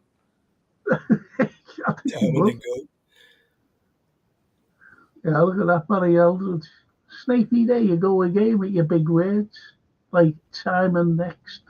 Time and next. Swallow the Oxford Dictionary. Say on Chiesa, he hardly plays him, says the king. So we brought him in. It must have been Richard Hughes. He's only had 25 minutes in the Premier League. But, as the king says, Slot didn't have a say on Chiesa. So who brought him in? He never just came up to Anfield and went like, knocked on the door and said, "Do you want to sign me?" So someone must have brought him in. You always said, Frank, he was a swap to the fans, wasn't he? He was just a Yeah, swap. he was an appeasement, and it's as simple as that. Definitely appeasement, but I also think it was like with the, high reward, low risk, high reward kind of thing because of the money that it cost as well. So opportunistic. Definitely. Opportunistic. That's probably the definition of opportunistic. You're taking a player that's been world class, that's done things at all levels of football, who's one of the most sought after wingers, had a serious injury and a couple of niggling ones and struggled to get back. I'm surprised they never took him on in extra time there at the weekend, to be honest, because he could have done something. He's a penalty taker as well. Why did Gakpo come on when Chiesa's on the bench? You could play him 25 minutes, surely. You never know. He could have done something. Slot made a mistake. You've got to admit that. You can't just say, "Oh, Slot's great. He does everything well." And he made a fucking big mistake by that.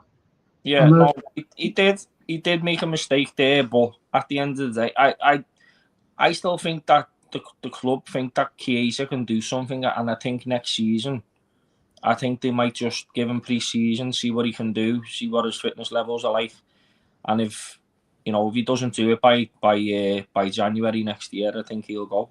They've got nothing to lose, have they? No, he could just release him. You know what I mean? Just let him go. You know what I mean? Yeah. They're not losing anything. But he was linked with I forget who it was. It wasn't Inter. Inter don't need him. Inter are a great side. They could win. They could actually win the Champions League. Inter. But anyway, I think he was linked with someone top, not back to Juve, but someone like AC or Roma or someone like that. In the Italian clubs, yeah. Norman says, "I think if it was just down to use to buy players, then it should be him answering questions in the press conference on transfers. Surely Slot, as I say, I hope." That's what he says. Yeah. In a perfect world, you'd hope that, Richard Hughes is drawing these players up and he's saying, "Look, what do you think of him? What do you think of X, Y, and Z?" And then Slot saying, "Yeah, I think, this one will be good for my system, this one won't," and, go from there. The Anfield Road says, "King, Slot apparently says, I thought we signed Gino De Campo. Didn't realise he was a footballer." I think he must. He might make a good spaghetti anyway. That lad Neves at PSG is some player. Watching him live and up close, what an intelligent player. Not many players have football brain nowadays. They rely on their ability. This boy has both. Yeah, he can run with the ball through. He can really run with the ball. Fantastic player. He's one of that, the press resistance, isn't he? You know what I mean? It's like he gets pressed, he gets closed down, and he's still able to knock a ball around the corner or keep. Yeah, he nearly scored, didn't he? Just missed the post. He's unbelievable, and that Vitinha as well in the midfield alongside him. They're just incredibly talented footballers. All of them. Yeah. All of them. But then again, we've got them. Yeah, we haven't. We showed that. We went toe to toe with them at Anfield. You know what I mean? Yeah, every bit is good. And don't forget, how we played. I know how we played them in the Parc des Princes was brilliant. They never had a look. They were shooting from outside the area. That's how good our defence was to keep them out. Frank, typical European away performance. Sorry? It was a typical European away performance. Yeah, absolutely. And that's the way we play. Yeah, and he did what he's paid for, didn't he? Alisson did what he's paid for. Best goalkeeper in the world, and fantastic. He proved it. That's And what he's when, there. Save the ball. Thanks. When Mo went off, remember that Yeah. that right back was completely and utterly void of any PSG players because they thought, he's gone now. No one will Yeah, win. you're right. And then little Harvey came on. And Yeah, won the and he game. was completely and utterly free. That Yeah. was the only time that right-sided flank was free all night. He's always got two men on him at least. And he always got two men on him. Mo. Yeah. All the time. And that's why at Anfield, you see Mo, people are there. He should have had a penalty. Even Ian Wright said they were cheated out of a penalty. They were cheated out of winning that game by the referee and VAR and Mo Salah. It was shocking. Yeah. It was shocking, that. Happened so many times, Frank. Snapey says they get the first part of the surname right. Mings for me.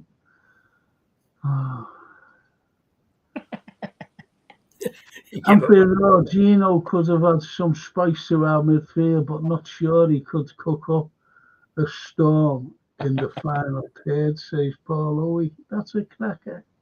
Very good. That's a cracker. And Norman says Nunes goal versus Saints. He took it great because he did not have to think about it. When he has to think, he lacks that footy brain. Yeah. Yeah, we all know that, to be honest. That's exactly right, Norman. Unfortunately, that's the problem. He's just got no football IQ. The Anfield Road. The more I watch him, the more I like his all-round game. Balabet from Brighton. He has energy, strength, and can play forwards also. But Brighton, it's a £100 million player. When we look at players, at the likes of Brighton, at the likes of Bournemouth, but anywhere, why can't we have scouts who look at these players? Exactly, Frank. That's what I've been saying for months. Look at that, the Japanese guy who plays for Mitoma. Yeah. A fantastic player. Yeah. Cost him hardly anything. And we got Minamino. Remember the little Minamino? Yeah. But, it's... Anyway, Norman, he looks really good. He has that steel and physique we need in the middle, says the Anfield Road, to what he was saying there, Norman.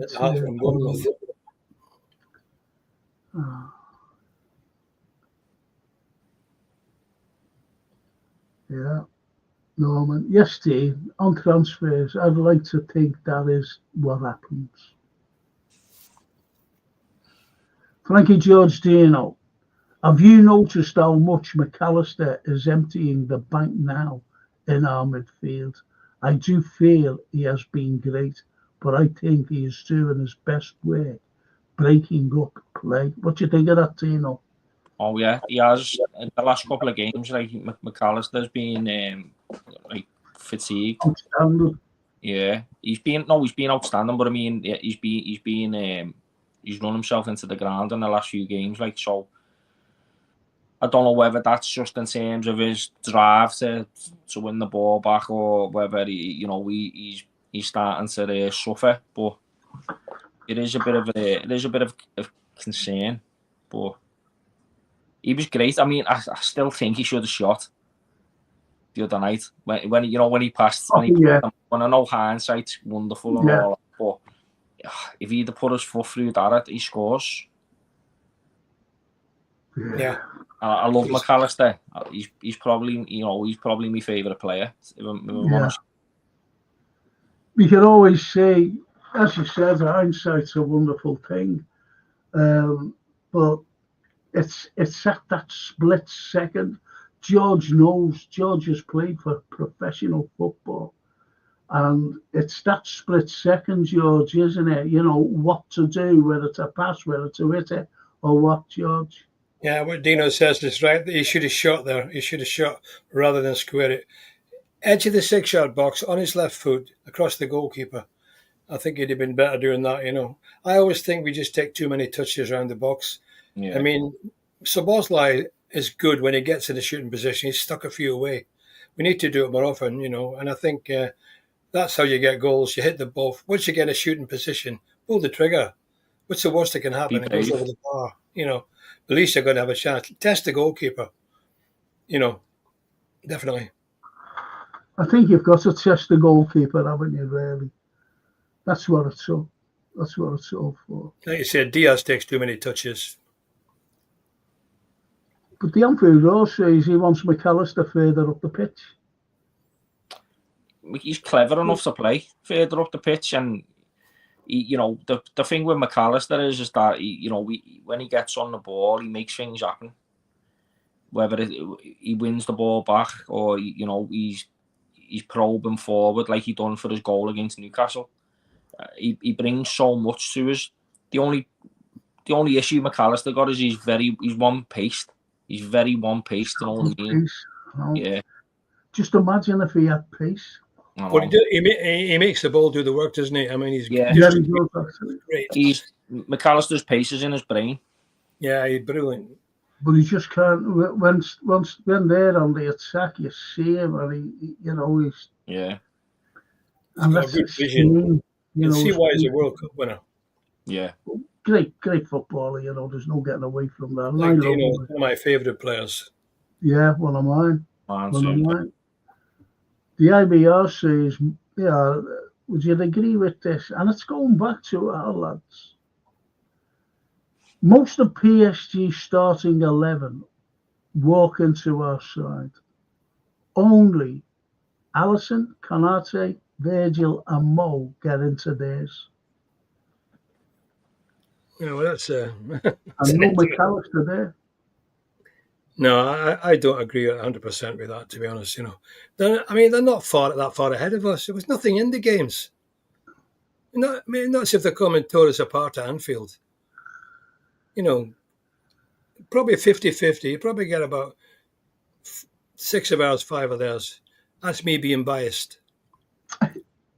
Yeah. That's you being biased. I also though I think if the first leg was played at Anfield, then we'd have pushed them back like what they done to us more. I don't think the game would have been as close as what it was anyway. You know what I mean? I think first leg at Anfield, just as it was first leg over there, I think Liverpool would have been even more dominant because you've got the emphasis to try and get a good lead to take into the second leg. Yeah. So we were always going to be under pressure in the first game. Of course. Other than the left back and Kvaratskhelia, that's it for me. That left back, Mendes, Kvaratskhelia, and maybe Dembele. But I mean, we're looking at a team, Liverpool, that's lost one game this season in the Premier League of England. Yeah. So how can you say half of PSG are better than us? They play in the French league. Yeah. They're a great team, but take nothing away from them. They'll probably win the European Cup as well, and good luck to them if they do. I hope they do, to be honest.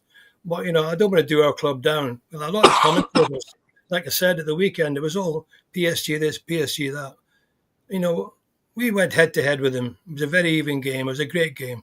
Yeah. And at the end of the day, lost on penalties. Yeah. Do you know what, George? You said something my uncle used to say. Do you know if we got beaten the FA Cup, because the FA Cup was immense then, going back. And if he ever went out in the FA Cup, he always used to say what you just said. I hope they win it. I hope they win it, to say that we were beaten by the FA Cup winners. Of course. Yeah, they deserve to win it. If they can beat Liverpool, even on penalties, they deserve to win it. Well, I won't be surprised. We don't want Arsenal to win it either. No, got no chance.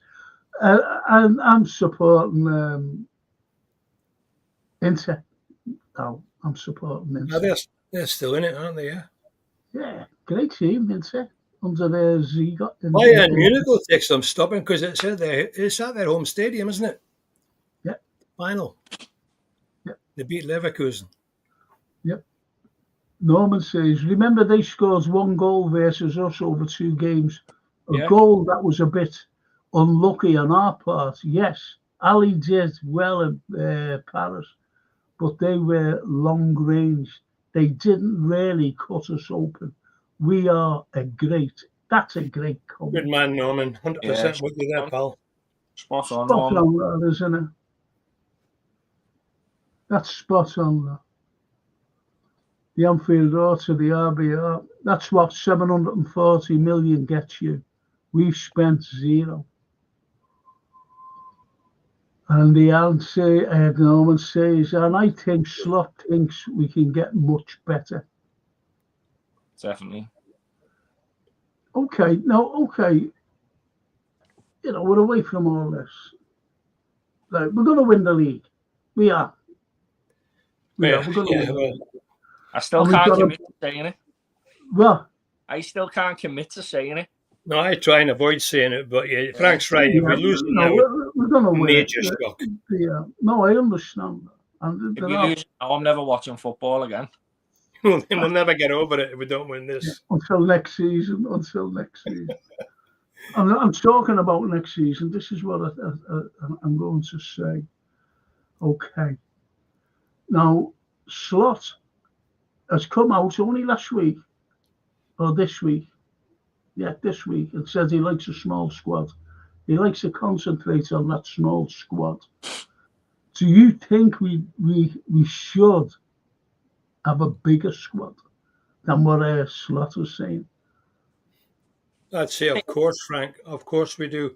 It's a squad game now, isn't it? It's a squad game. Look how many times this year, even with a small squad, our substitutes have won the game for us. You need a squad of about 22, 23 players. Yeah. To be honest, and quality players as well. Quality players. Got to be quality. Pushing each other to get in the team. That's the secret. If you've got players behind you are pushing you out of the team, you play harder. So you need players coming up behind you. We haven't got too much of that at the moment. Who's pushing them at the moment? Yeah. I think Slot's starting to recognise that as well. Yeah, he will. He's got to. Seeing the players now and all that, and seeing that the options that he's got, he hasn't really got a great deal that he can call upon. So I think he's sort of looking at that now, and he's saying probably seeing that he needs to have a bigger squad. Also, this is going to be a huge game for Slot because it's your first chance to get a trophy. And that's what managers are judged on, silverware. Once he gets that trophy on his sideboard, we're almost, you said before, Dean and Frank, we're almost guaranteed the league, fingers crossed. That would be 2 cups in his first season. You can't take that away from the man. No. Point says as well, if we do turn Newcastle over on Sunday, then the concentration is solely on the league.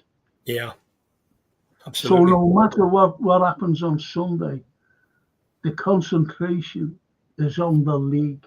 And we only need a few wins. That's all we need. We don't need to win every game till the end of the season. Albeit, Dino would love that. I'd love it. George would love it.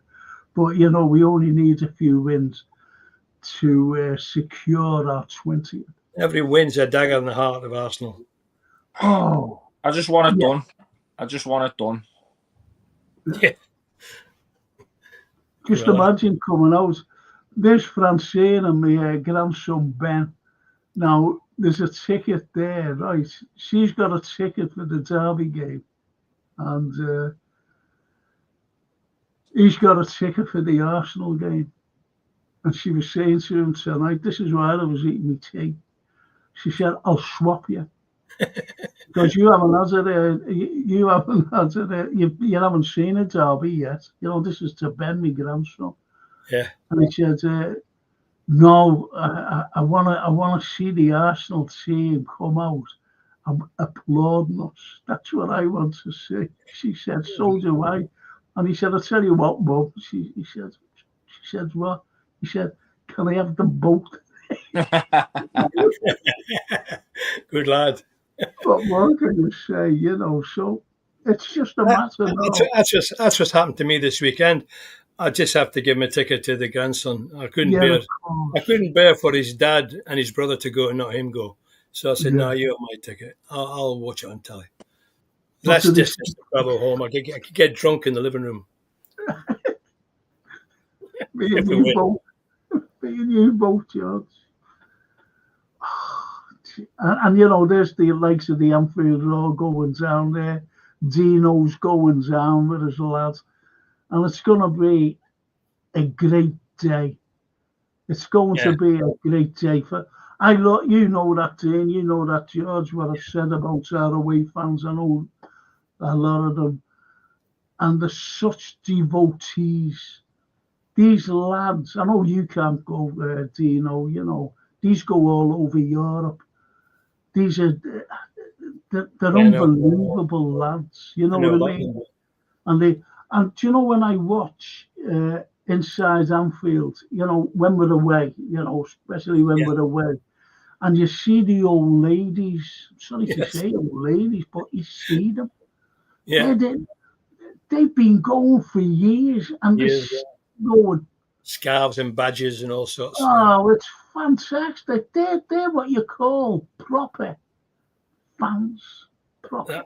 The last game we went to Wembley, me and my grandsons and my son, we went to the Green Man. It's a pub, Green Man pub. It's where all the Scousers were. I don't know if they still do there this year, but sometimes they swap them over. But what an atmosphere, man. Flares going and all sorts. People on top of the tin roof, you know, singing, pints of lager all over the place, you know. Fantastic atmosphere.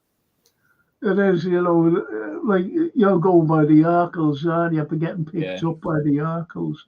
I used to go in there, you know, before the game and after the game, and it was just brilliant. Because what I embrace all our fans, you know, our away fans. What I mean is the fans who come to Anfield to watch us, Liverpool fans, and you know, from everywhere, from all parts of the country, and including Scotland, by the way. And they're there, the Reds, and it's just a good chat with them, you know, a good banter with them, with these people, and I'm made up with them. And I was just thinking there, you know, you're being picked up, you know, outside the Arkles. I wonder how many will be just outside the Arkles to get on a coach. When you go to the Arkles, Dino, on Saturday, Sunday morning, just look across the road. You see my digs, just across from you, facing down Utton Avenue. There's a white house, just opposite Arkles. The 3 bedrooms above the front door. That's where me and Bobby Graham and Gordon Wallace lived as 15-year-old kids when we first came to Anfield, right opposite the Arkles. I seen him, you know, Bobby 258 Anfield Road. He scored in the derby, Bobby Graham, didn't he, at Goodison? He did score in Derby, Goodison, yeah. That was a game. Was that not the game? Sandy Brown on goal. That was a better goal than Bobby's, and Bobby's was a good one. Yeah, he was on an angle, wasn't he, Bobby? He was on an angle when he put it in. Took it out. Sandy was like in the middle of the goal. Cracker one time and header. We used to sing Viva Bobby Graham, yeah. The commentary is great, and then he goes there, and he must wish that the ground could open up and swallow him. Yeah. Oh, some goal, that. Yeah, diving it like torpedo. Norman says, I still believe a DM would free Gravenberch and McAllister to give us more going forward, because I think it was a Fulham away last season. Is that Gravenberch last goal? I don't know. And McAllister at Brighton was a decent scorer. Yeah. Would you agree that I want a GM this season, for next season? I do want a number 6. I really do. Been saying it for a couple of years now. Yeah. I haven't changed my mind about it. The Anfield Road says to Norman, spot on that, lads. We need a player to screen like Fabinho used to do. He was great, Fabinho. When Faber was at his peak, he was unstoppable, that lad. Fantastic player. I love watching players that open up defences like Peter Beardsley or Ray Kennedy, ghosting into the box. Yeah, Beardsley. Both great players then. IBR. what worries me with McAllister is he always looks like he's overstriding and maxed out when pressing, and having another quality midfielder is essential to rotate our midfield as Mac is tired. What do you think? Well, he works hard. He puts a lot of yards in, doesn't he? They all do, to be honest.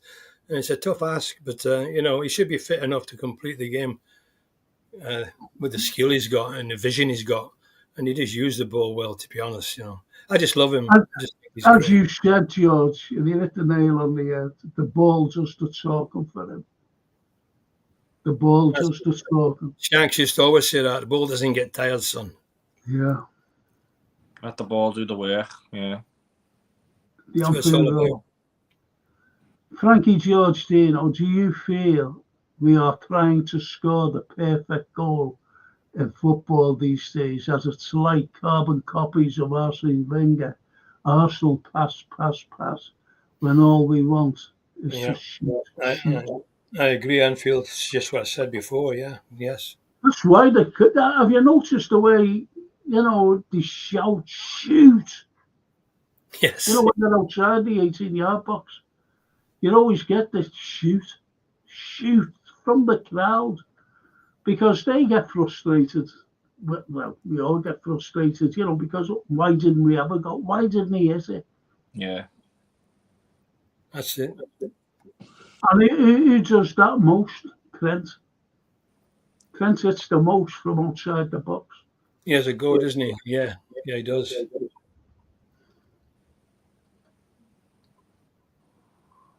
Nunes' goal versus Forest last season came from a deft cross from McAllister. I want him up there.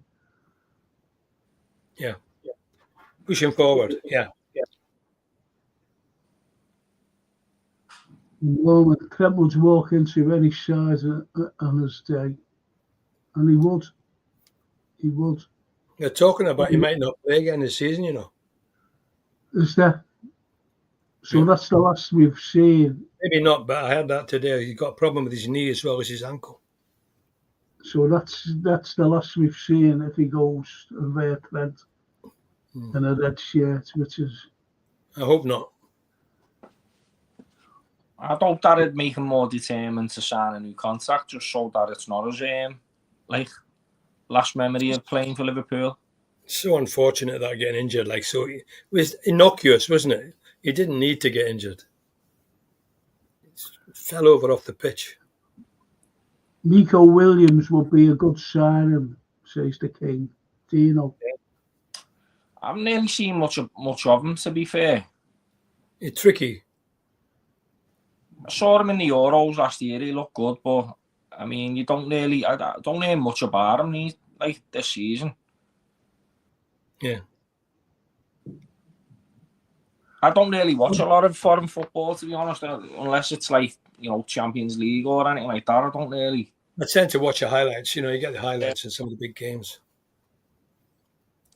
I just watch all the Liverpool. There's some good players. Robo. We spoke about build. Good evening, gents. How's it going? What do you make of the talk of the atmosphere at Anfield against PSG? It wasn't great. Well, if you weren't there, my grandson was there. Dino, his lads was there. And what you're saying is wrong. The atmosphere was electric. Yeah, my son was there, my grandsons. They said it was hugely electric. Yeah, it didn't come across on the TV, unfortunately. It just didn't come across, but it was electric. Is it me in bed? Come on, in bed. Is that Darcy? Yeah, she's just come in now. Just say hello. She's got a mouth bit in the Mersey tunnel. Just say hello to us. Say hello. Hello. Hello. She said she won't put a face on it. That's a shame. What he did, we couldn't stop her talking. She was talking for hours to us.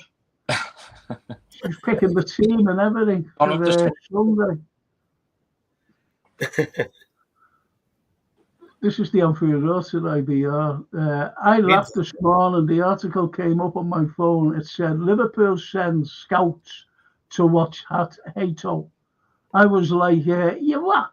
The media breaks such garbage about our club. Yeah, you're right, IBR. You're right, absolutely right. They talk a load of rubbish. Bill, listen to me. Here's what he says, boys. I heard mostly the PSG ultras with its crazy giving significance of the match. What do you think? The mics are always over at the away end. They kept filming them all the time. They kept filming them every time. And it's wrong. Lads who were there, including my grandson, including Dino's lads who my grandson there. And my son were all there. I said that it was electric. The atmosphere was fantastic. Like it's a typical European night. So, Bill, you got it wrong, mate. We discussed that before. Our club attracts supporters from all over the country to matches. Like myself, the first time they see us on television, they are compelled to be part of that throng as a choir boy. It's not a compulsion. I'm going right down before George leaves us. I'm sorry there. Oh, yeah.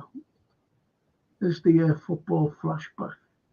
I know we shouldn't care about individual accolades, but the players cared a lot. Salah would have been the first Egyptian to ever win it, so I'm gutted for him now. He was in tears, wasn't he, at the end? That's the Ballon d'Or, I think he's talking about. Because he's won the Champions League.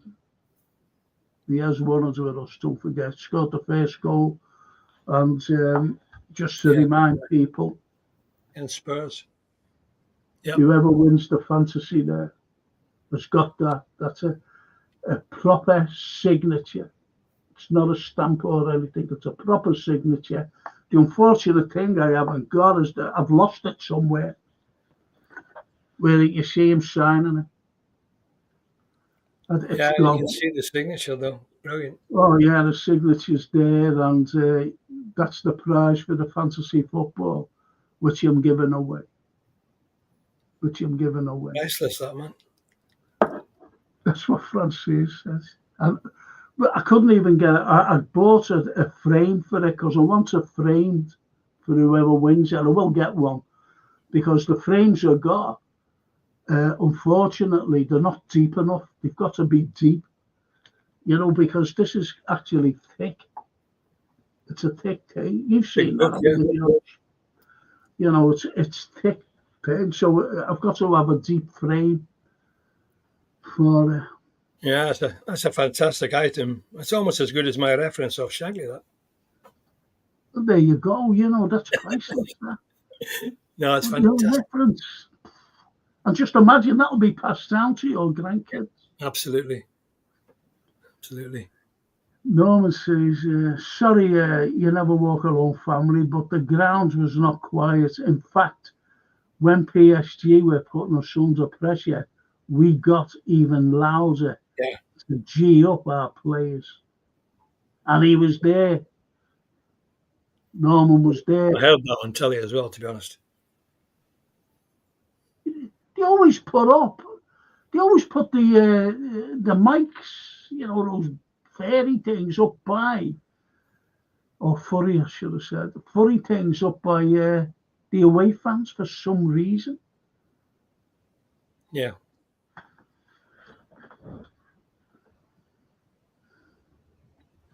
And Builder says, so we keep our captain, but reinvest in a young right winger, like Bakayoko, for the future, and then also a right back, like Frimpong. There you go. Yeah, now the IVR is a player I'd love. I'd rather have Lukeba or in Cappy, as having Cappy. Like a shot. Quality. Just like I said, I wanted Caravashela. Great show now. Right, I'm going to finish on this, boys, because George has got to go to bed. His cocoa's ready and everything. Yeah, George, I have cocoa, you know. I know, I've convinced you to do it, Frank. See, now you're going to be a healthy man now. Told you, didn't I? Live as long as me now. Cocoa. He's look at Zeno, look, he's just sitting Not there. not cocaine, cocodine. Cocoa. Thanks for the clarification. Norman says, let me tell you about the PSG fans. They were banging drums and shouting through speakerphones. How they got them in. Also, when pens were happening, they were screaming through them speakerphones. They were throwing things on the pitch as well. Yeah. If he was won the toss, might have been different, mightn't it? And a cup in, yeah. Just wasn't to be. No one mentions anything like that. Only Norman has just said that. How they were allowed them in the grounds, it was us Liverpool fans that were singing, go back and watch the pens. He's annoyed at him. He's annoyed at him. He's annoyed at the old thing. Hey, George, before you go, did you enjoy the Cup versus Southampton, lad? I think you was there, George. Yes, I was there, yeah. I met a lad from Scotland in Taggies, and then I went down to I was in the Cup with my grandson and my two grandsons and my son, yeah. Yeah, I was there. Jorginho was ready for his cocoa and cookies.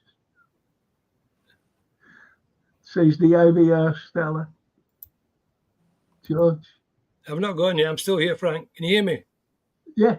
Jorginho, says the IVR, Jorginho is ready for his cocoa and cookies.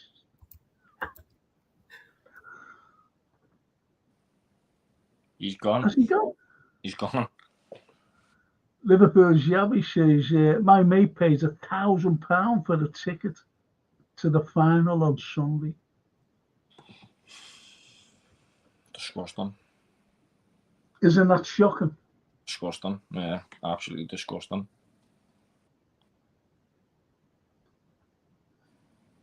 The King. Yeah, IBR just want Diaz, Nunes, Jota and Chiesa replacing mate. Says the King.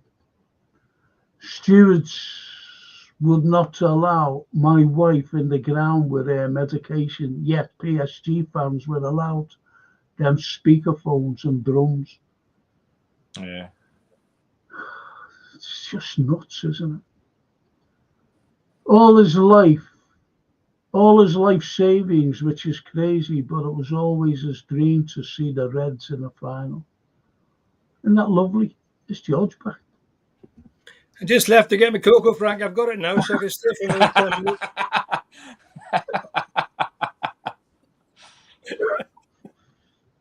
Just give me 10 minutes. You just disappeared. Just 10:30. It's just disappeared. Look at this. He always comes in late.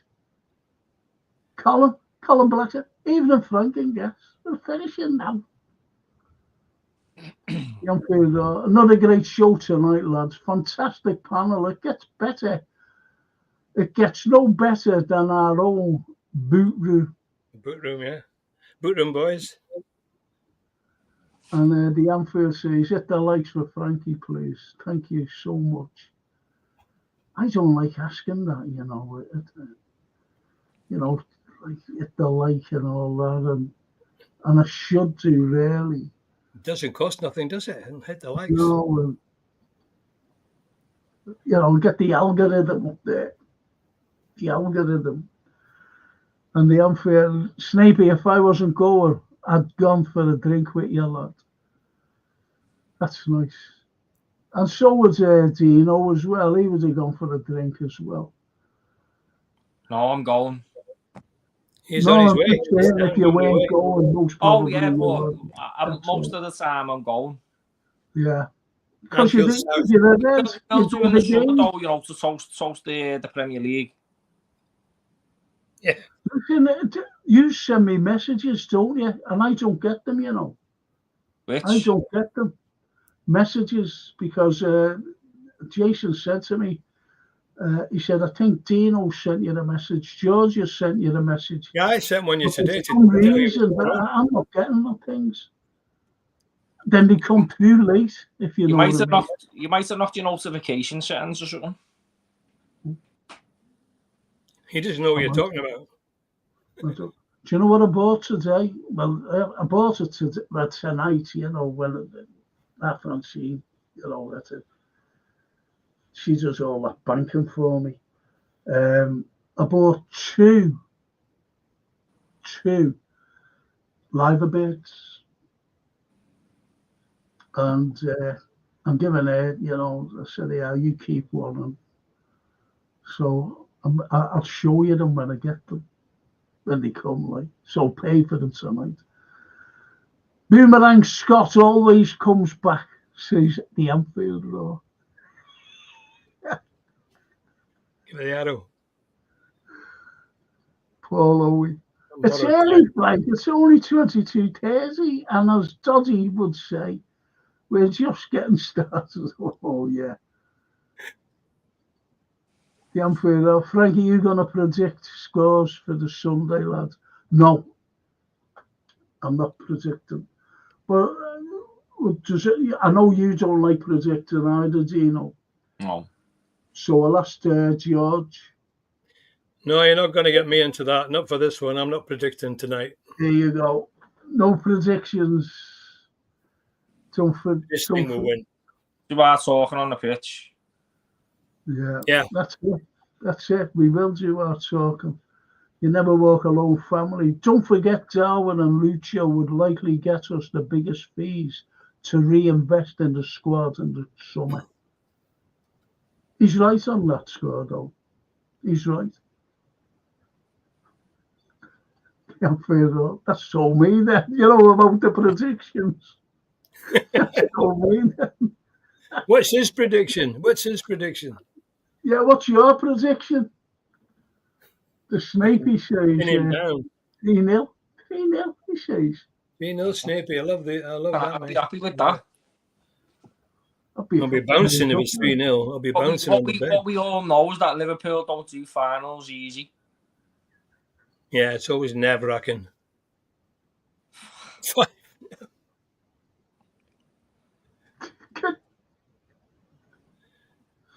You know, I like to be optimistic. 1-0 will do me. 1-0 will do me, mate. But that's a bit nerve-wracking. The football flashback. Newcastle will target our right-hand side with Quansar at right back and a tired Karate who was forced off against PSG. Hopefully he will recover by then, Kanate.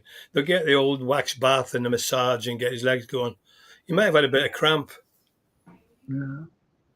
And the greatest ever cop-out, young Callum, he says 2-1 Liverpool. Big kid within the class with. Yeah. 2-1. Yeah, it'd be nice if it's 2-0 with about a minute to go and they score. Yes. Or we score. I'll make it 3-1. Yeah. You never were. Was you guys start Keller in the final? I think he deserves it. I'm better on penalties than Alisson if it goes to a penalty shootout. Well, you never walk. One of the lads on here, you know, Anfield Road, he said Gallagher, he picked Keller in his team. Oh, yeah. We win 5-4 on penalties. Oh, my God. Don't say that. It'll be a nightmare. Yeah, look. Liverpool's yabby. I think we'll draw 2-2 and Darwin scores a winner the next time. Well, that'd be great, wouldn't it? Be so pleased for him if he did that. If he scored the winner, it'd be really made up for him. Norman says goals pay the rent and Keegan gets his share. Oh yeah, David Cole. What a brilliant commentator George he was. Oh, I should love him, yeah. He's a proper commentator. He commentated on the game. Didn't give you all these stupid statistics they give you now. Yeah. They do everything but commentate on a game now for me. I sometimes watch it with the sound off. He said, didn't he, the Newcastle game? Highway 1, Keegan 2, Newcastle, not, what was it? Liverpool 3, Newcastle none. The way he said it. Yeah. The way he said it. It was a great win. Oh, it was. I used to like Brian Moore's commentary. Do you know, Gene, I've got the only film I've got on now of me playing. I was playing for Tranmere Rovers against Barnsley in 1969. And it's on YouTube. You can get it on YouTube. And Barry Davis was commentating, and I was man of the match. One of his comments, young Scott having a wonderful game. You get it on YouTube. Barry Davis. He was Barnsley versus Tranmere. Barry Davis. If we get 60 million, leave his on the. Well, I'll go to you, Dino, first. If we get 60 million bid for Lucio this summer from Barca, would you take it? Depends what the alternative was and who was coming in. Unless I knew who was coming in, I'm not sure I'd take it. No. What about you, George? Would you take 60 million? No. What I'd do, I'd give Diaz a bloody big pay rise. That's what I'd do, and keep him here. Yeah, I would. I wouldn't sell anybody. None of them. None of those players, anyway. You know, Nunes maybe, yeah. But and build a Klopper statue. So we buy a younger left winger like Anthony Gordon. He's a boyhood Liverpool fan too. Well, we tried to, didn't we? I'm not sure Anthony Gordon's at that level. I think he's a really good player, but I don't know whether he's going to help you win European Cups. Yeah. Yeah. And Norman, Keegan 2, Highway 1, Liverpool 3, Newcastle 0. That's what it is. Yes. Rather than me fumbling through it. Yes. A great final, that. Wasn't that the one when Malcolm McDonald and all that was speaking out? Yeah. Oh, they were Even Malcolm McDonald was saying we'll be bringing the cup back to town. A couple of times, Malcolm McDonald, he came to Anfield, he went into the dressing room, he see that this is Anfield sign, and he said to his mates, he said, I know where we are here, lads, yeah, it looks like we're at Anfield. And we beat him about 4-0 or something. Shankly went into the Newcastle dressing room, he said, does Malcolm know where Anfield is now? You'll know it next time, Malcolm. You bloody know where you are. Brilliant. How underrated do you think Dan Burn is? I think he's a big donkey. He's a good player. I think he's a good centre half. He's not exceptional. Like Tyrone Mings. I think he's just all right. He reminds me of Jackie Charlton, a big sort of lumbering centre half. Yeah. Paul always says the modern day commentators seem to be reading from a script and try to get in as many stats as possible. I like that Peter Drury, is it? Yeah. I like him. I think the one on TNT Sport, that Darren Fletcher, he's terrible. He's like he wants to be mates with them all, you know, and like know about the personal life and all that. And he just, like George said before, they just talk absolute rubbish. They do, yeah, you know. You're not interested in anything else. You just want to commentate on the game. You know, like the last time Liverpool scored first, they never lost another 10. I mean, you know, just who cares? Yeah. You never walk alone, says. Why do you think Slot hasn't used Tyler Morton more this season? Because he's got a shoulder injury. He's out for the season. Yeah. I seen him playing the other day. Did he go to 21? He's a good player, isn't he? He's Is he quality. back? Unless it was a repeat, I don't know. Oh yeah, I don't know. I'll have to check that one out, Frank. I thought he was out for the season. He had a shoulder It could injury. be, I don't know. It could have been. He actually scored as well. But is he at that level? I'm sorry. No. Well, I'm not sure he is, Frank, to be honest. At the I really don't top think he level, is. European Cup I top level. don't think. Bit like Elliot. Yeah, look, Ryan Cherky has become the first player ever to register 8 assists in a single season in the UEFA Europa League. Well, that's good. He's a name that's been bandied about with Liverpool quite a lot. Yeah. He's incredible and available for 17 million. We must go for him. Might be an opportunity to sign him, Frank.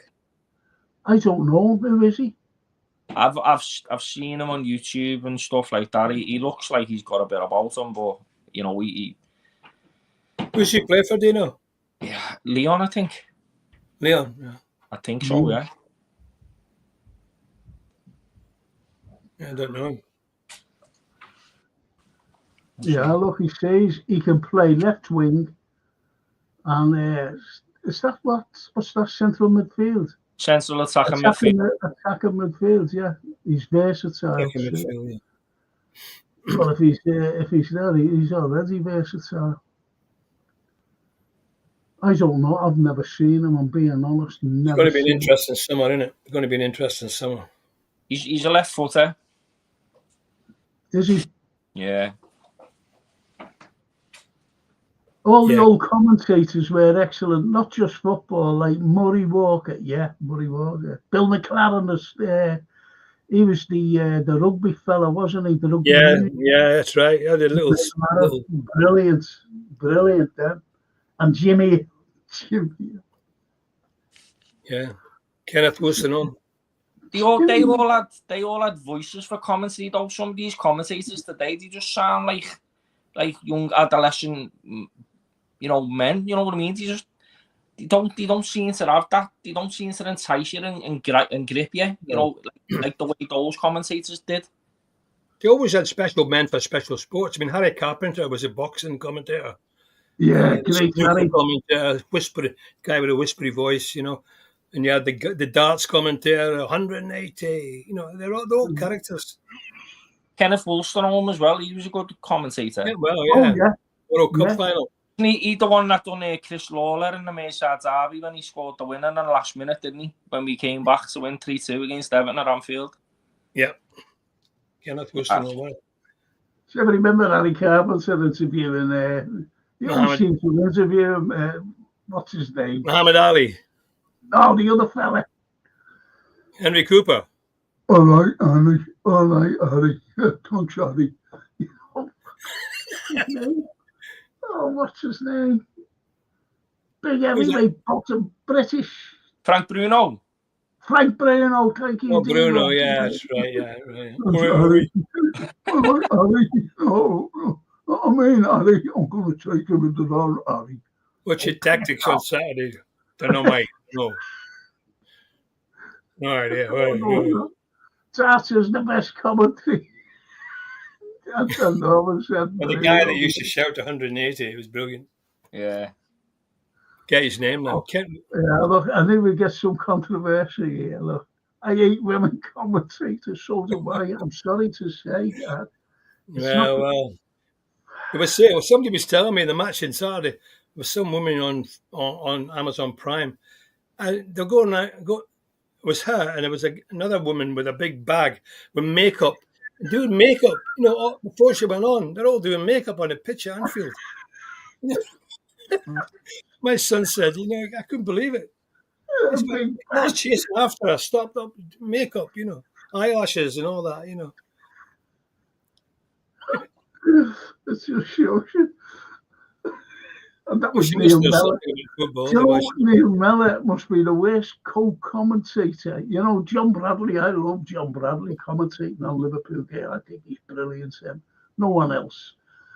Pete McDowell, he's awful. Anyway, that, what's his name? Neil Mellor.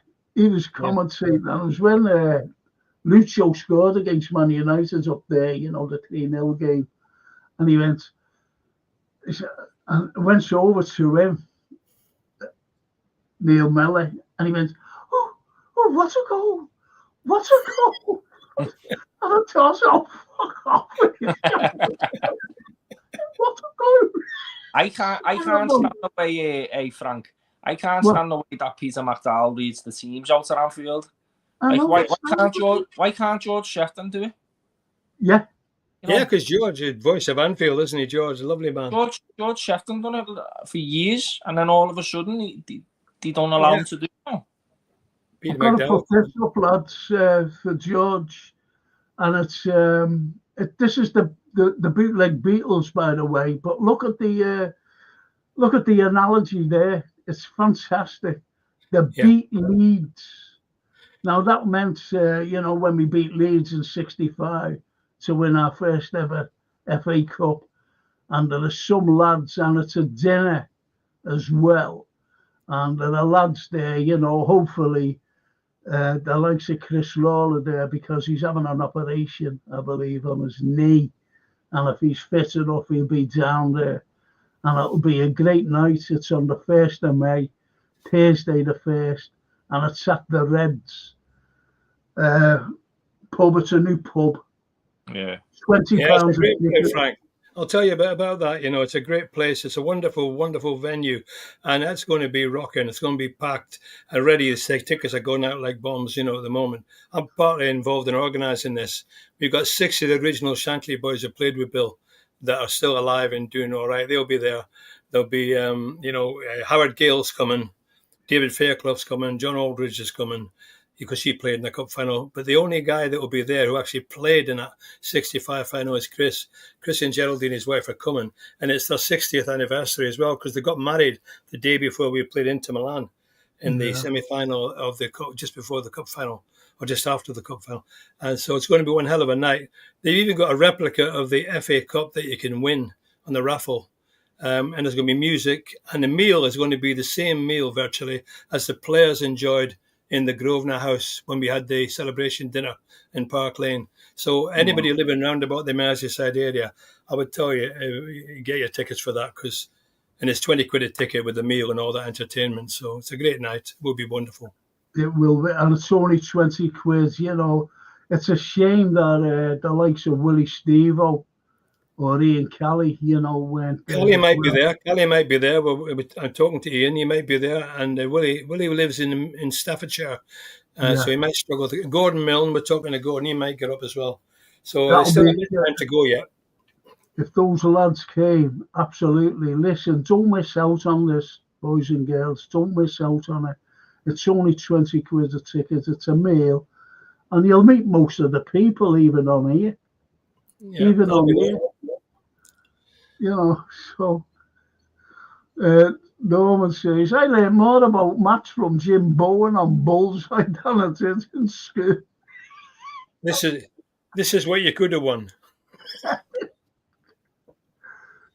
Norman says, is Ian Kelly going to be there, George? That's not... We're hoping so. I'm speaking to Ian next week. Yeah, fair enough. Frank's Neil Mellor impression was spot on. Oh, what a goal! What a goal! I think that was the end of him. I think that was his first and final, hopefully, anyway. But anyway, I'm going to finish there, lads.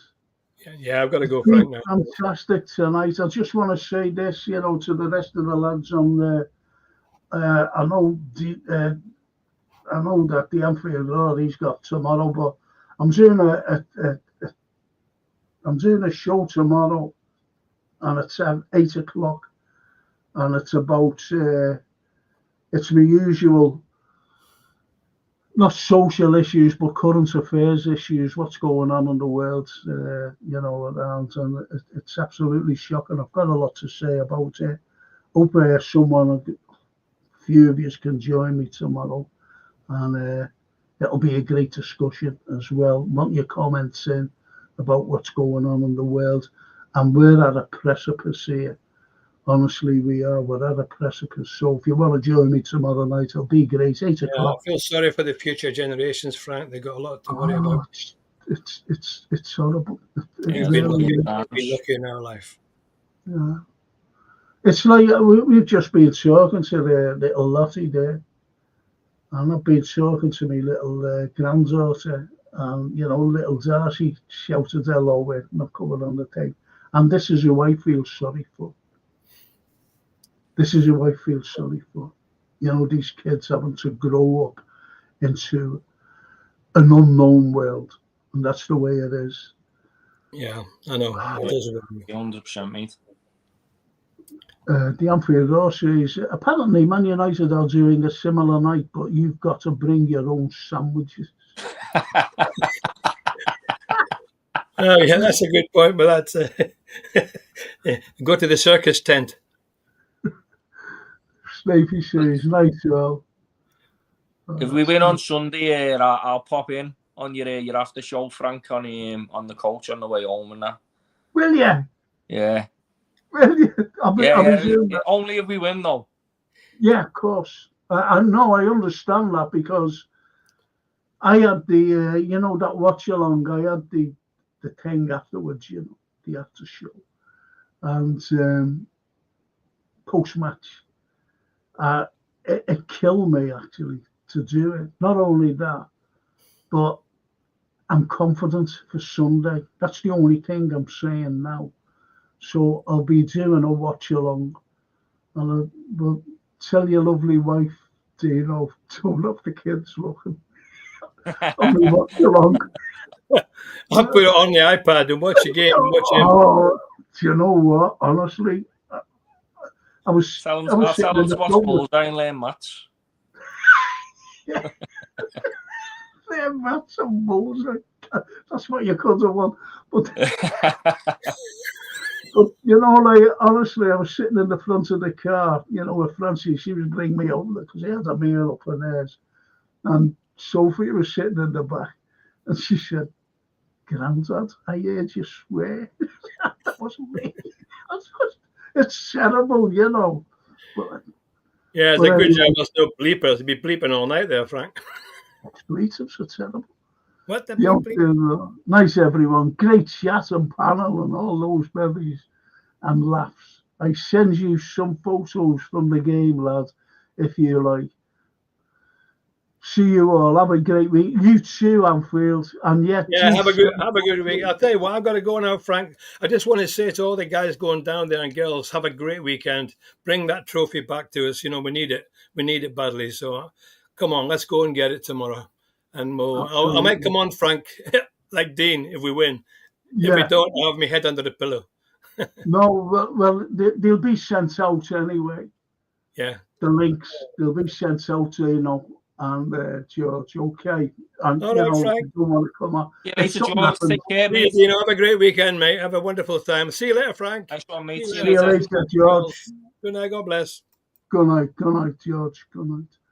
So listen, Dino, have a good time going down there, you and your lad. Mate. I will do. Safe journey back as well. Sound. With a big fucking smile. A big hopefully, smile. mate, yeah.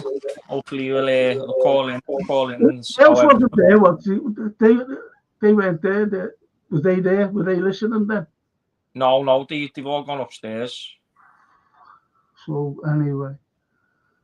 They're watching now. Oh, they're watching. Oh, it's not me. This is a AI, what you call artificial intelligence. It's not me, Lottie. And Darcy, honestly, it's not me. It's something else.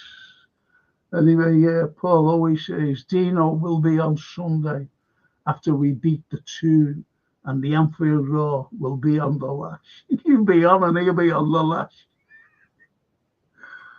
I love our lads. I love these lads. Paul Owie, you better believe it, says the Anfield Roar. And on that wonderful note, thank you, Dino. And please see it on there. Hopefully I'll see it on Sunday. If not, definitely see it on Tuesday. Yeah, Sam, mate. Nice one. See you later up the Reds. Up the Reds. See you later. Ta-ra, Dino. Isn't that lovely? Thank you. Listen, boys and girls, thank you so much for joining me and Dino and George, the great man George. Let's hope we do this, eh? Let's get these tears behind us. Let's leave them behind. And let's be there on Sunday. Okay. And try and join me for tomorrow night, you know, because I'll be talking what's going on in the world, especially in Europe. Okay. Thanks a lot, boys. Thank you so much. Love yous all. Good night. And anyone who's not joining me tomorrow, see you all Saturday morning for the film and TV show. Don't see you then. I'll see you on Watch Along at the game on Sunday. Good night now. Good night.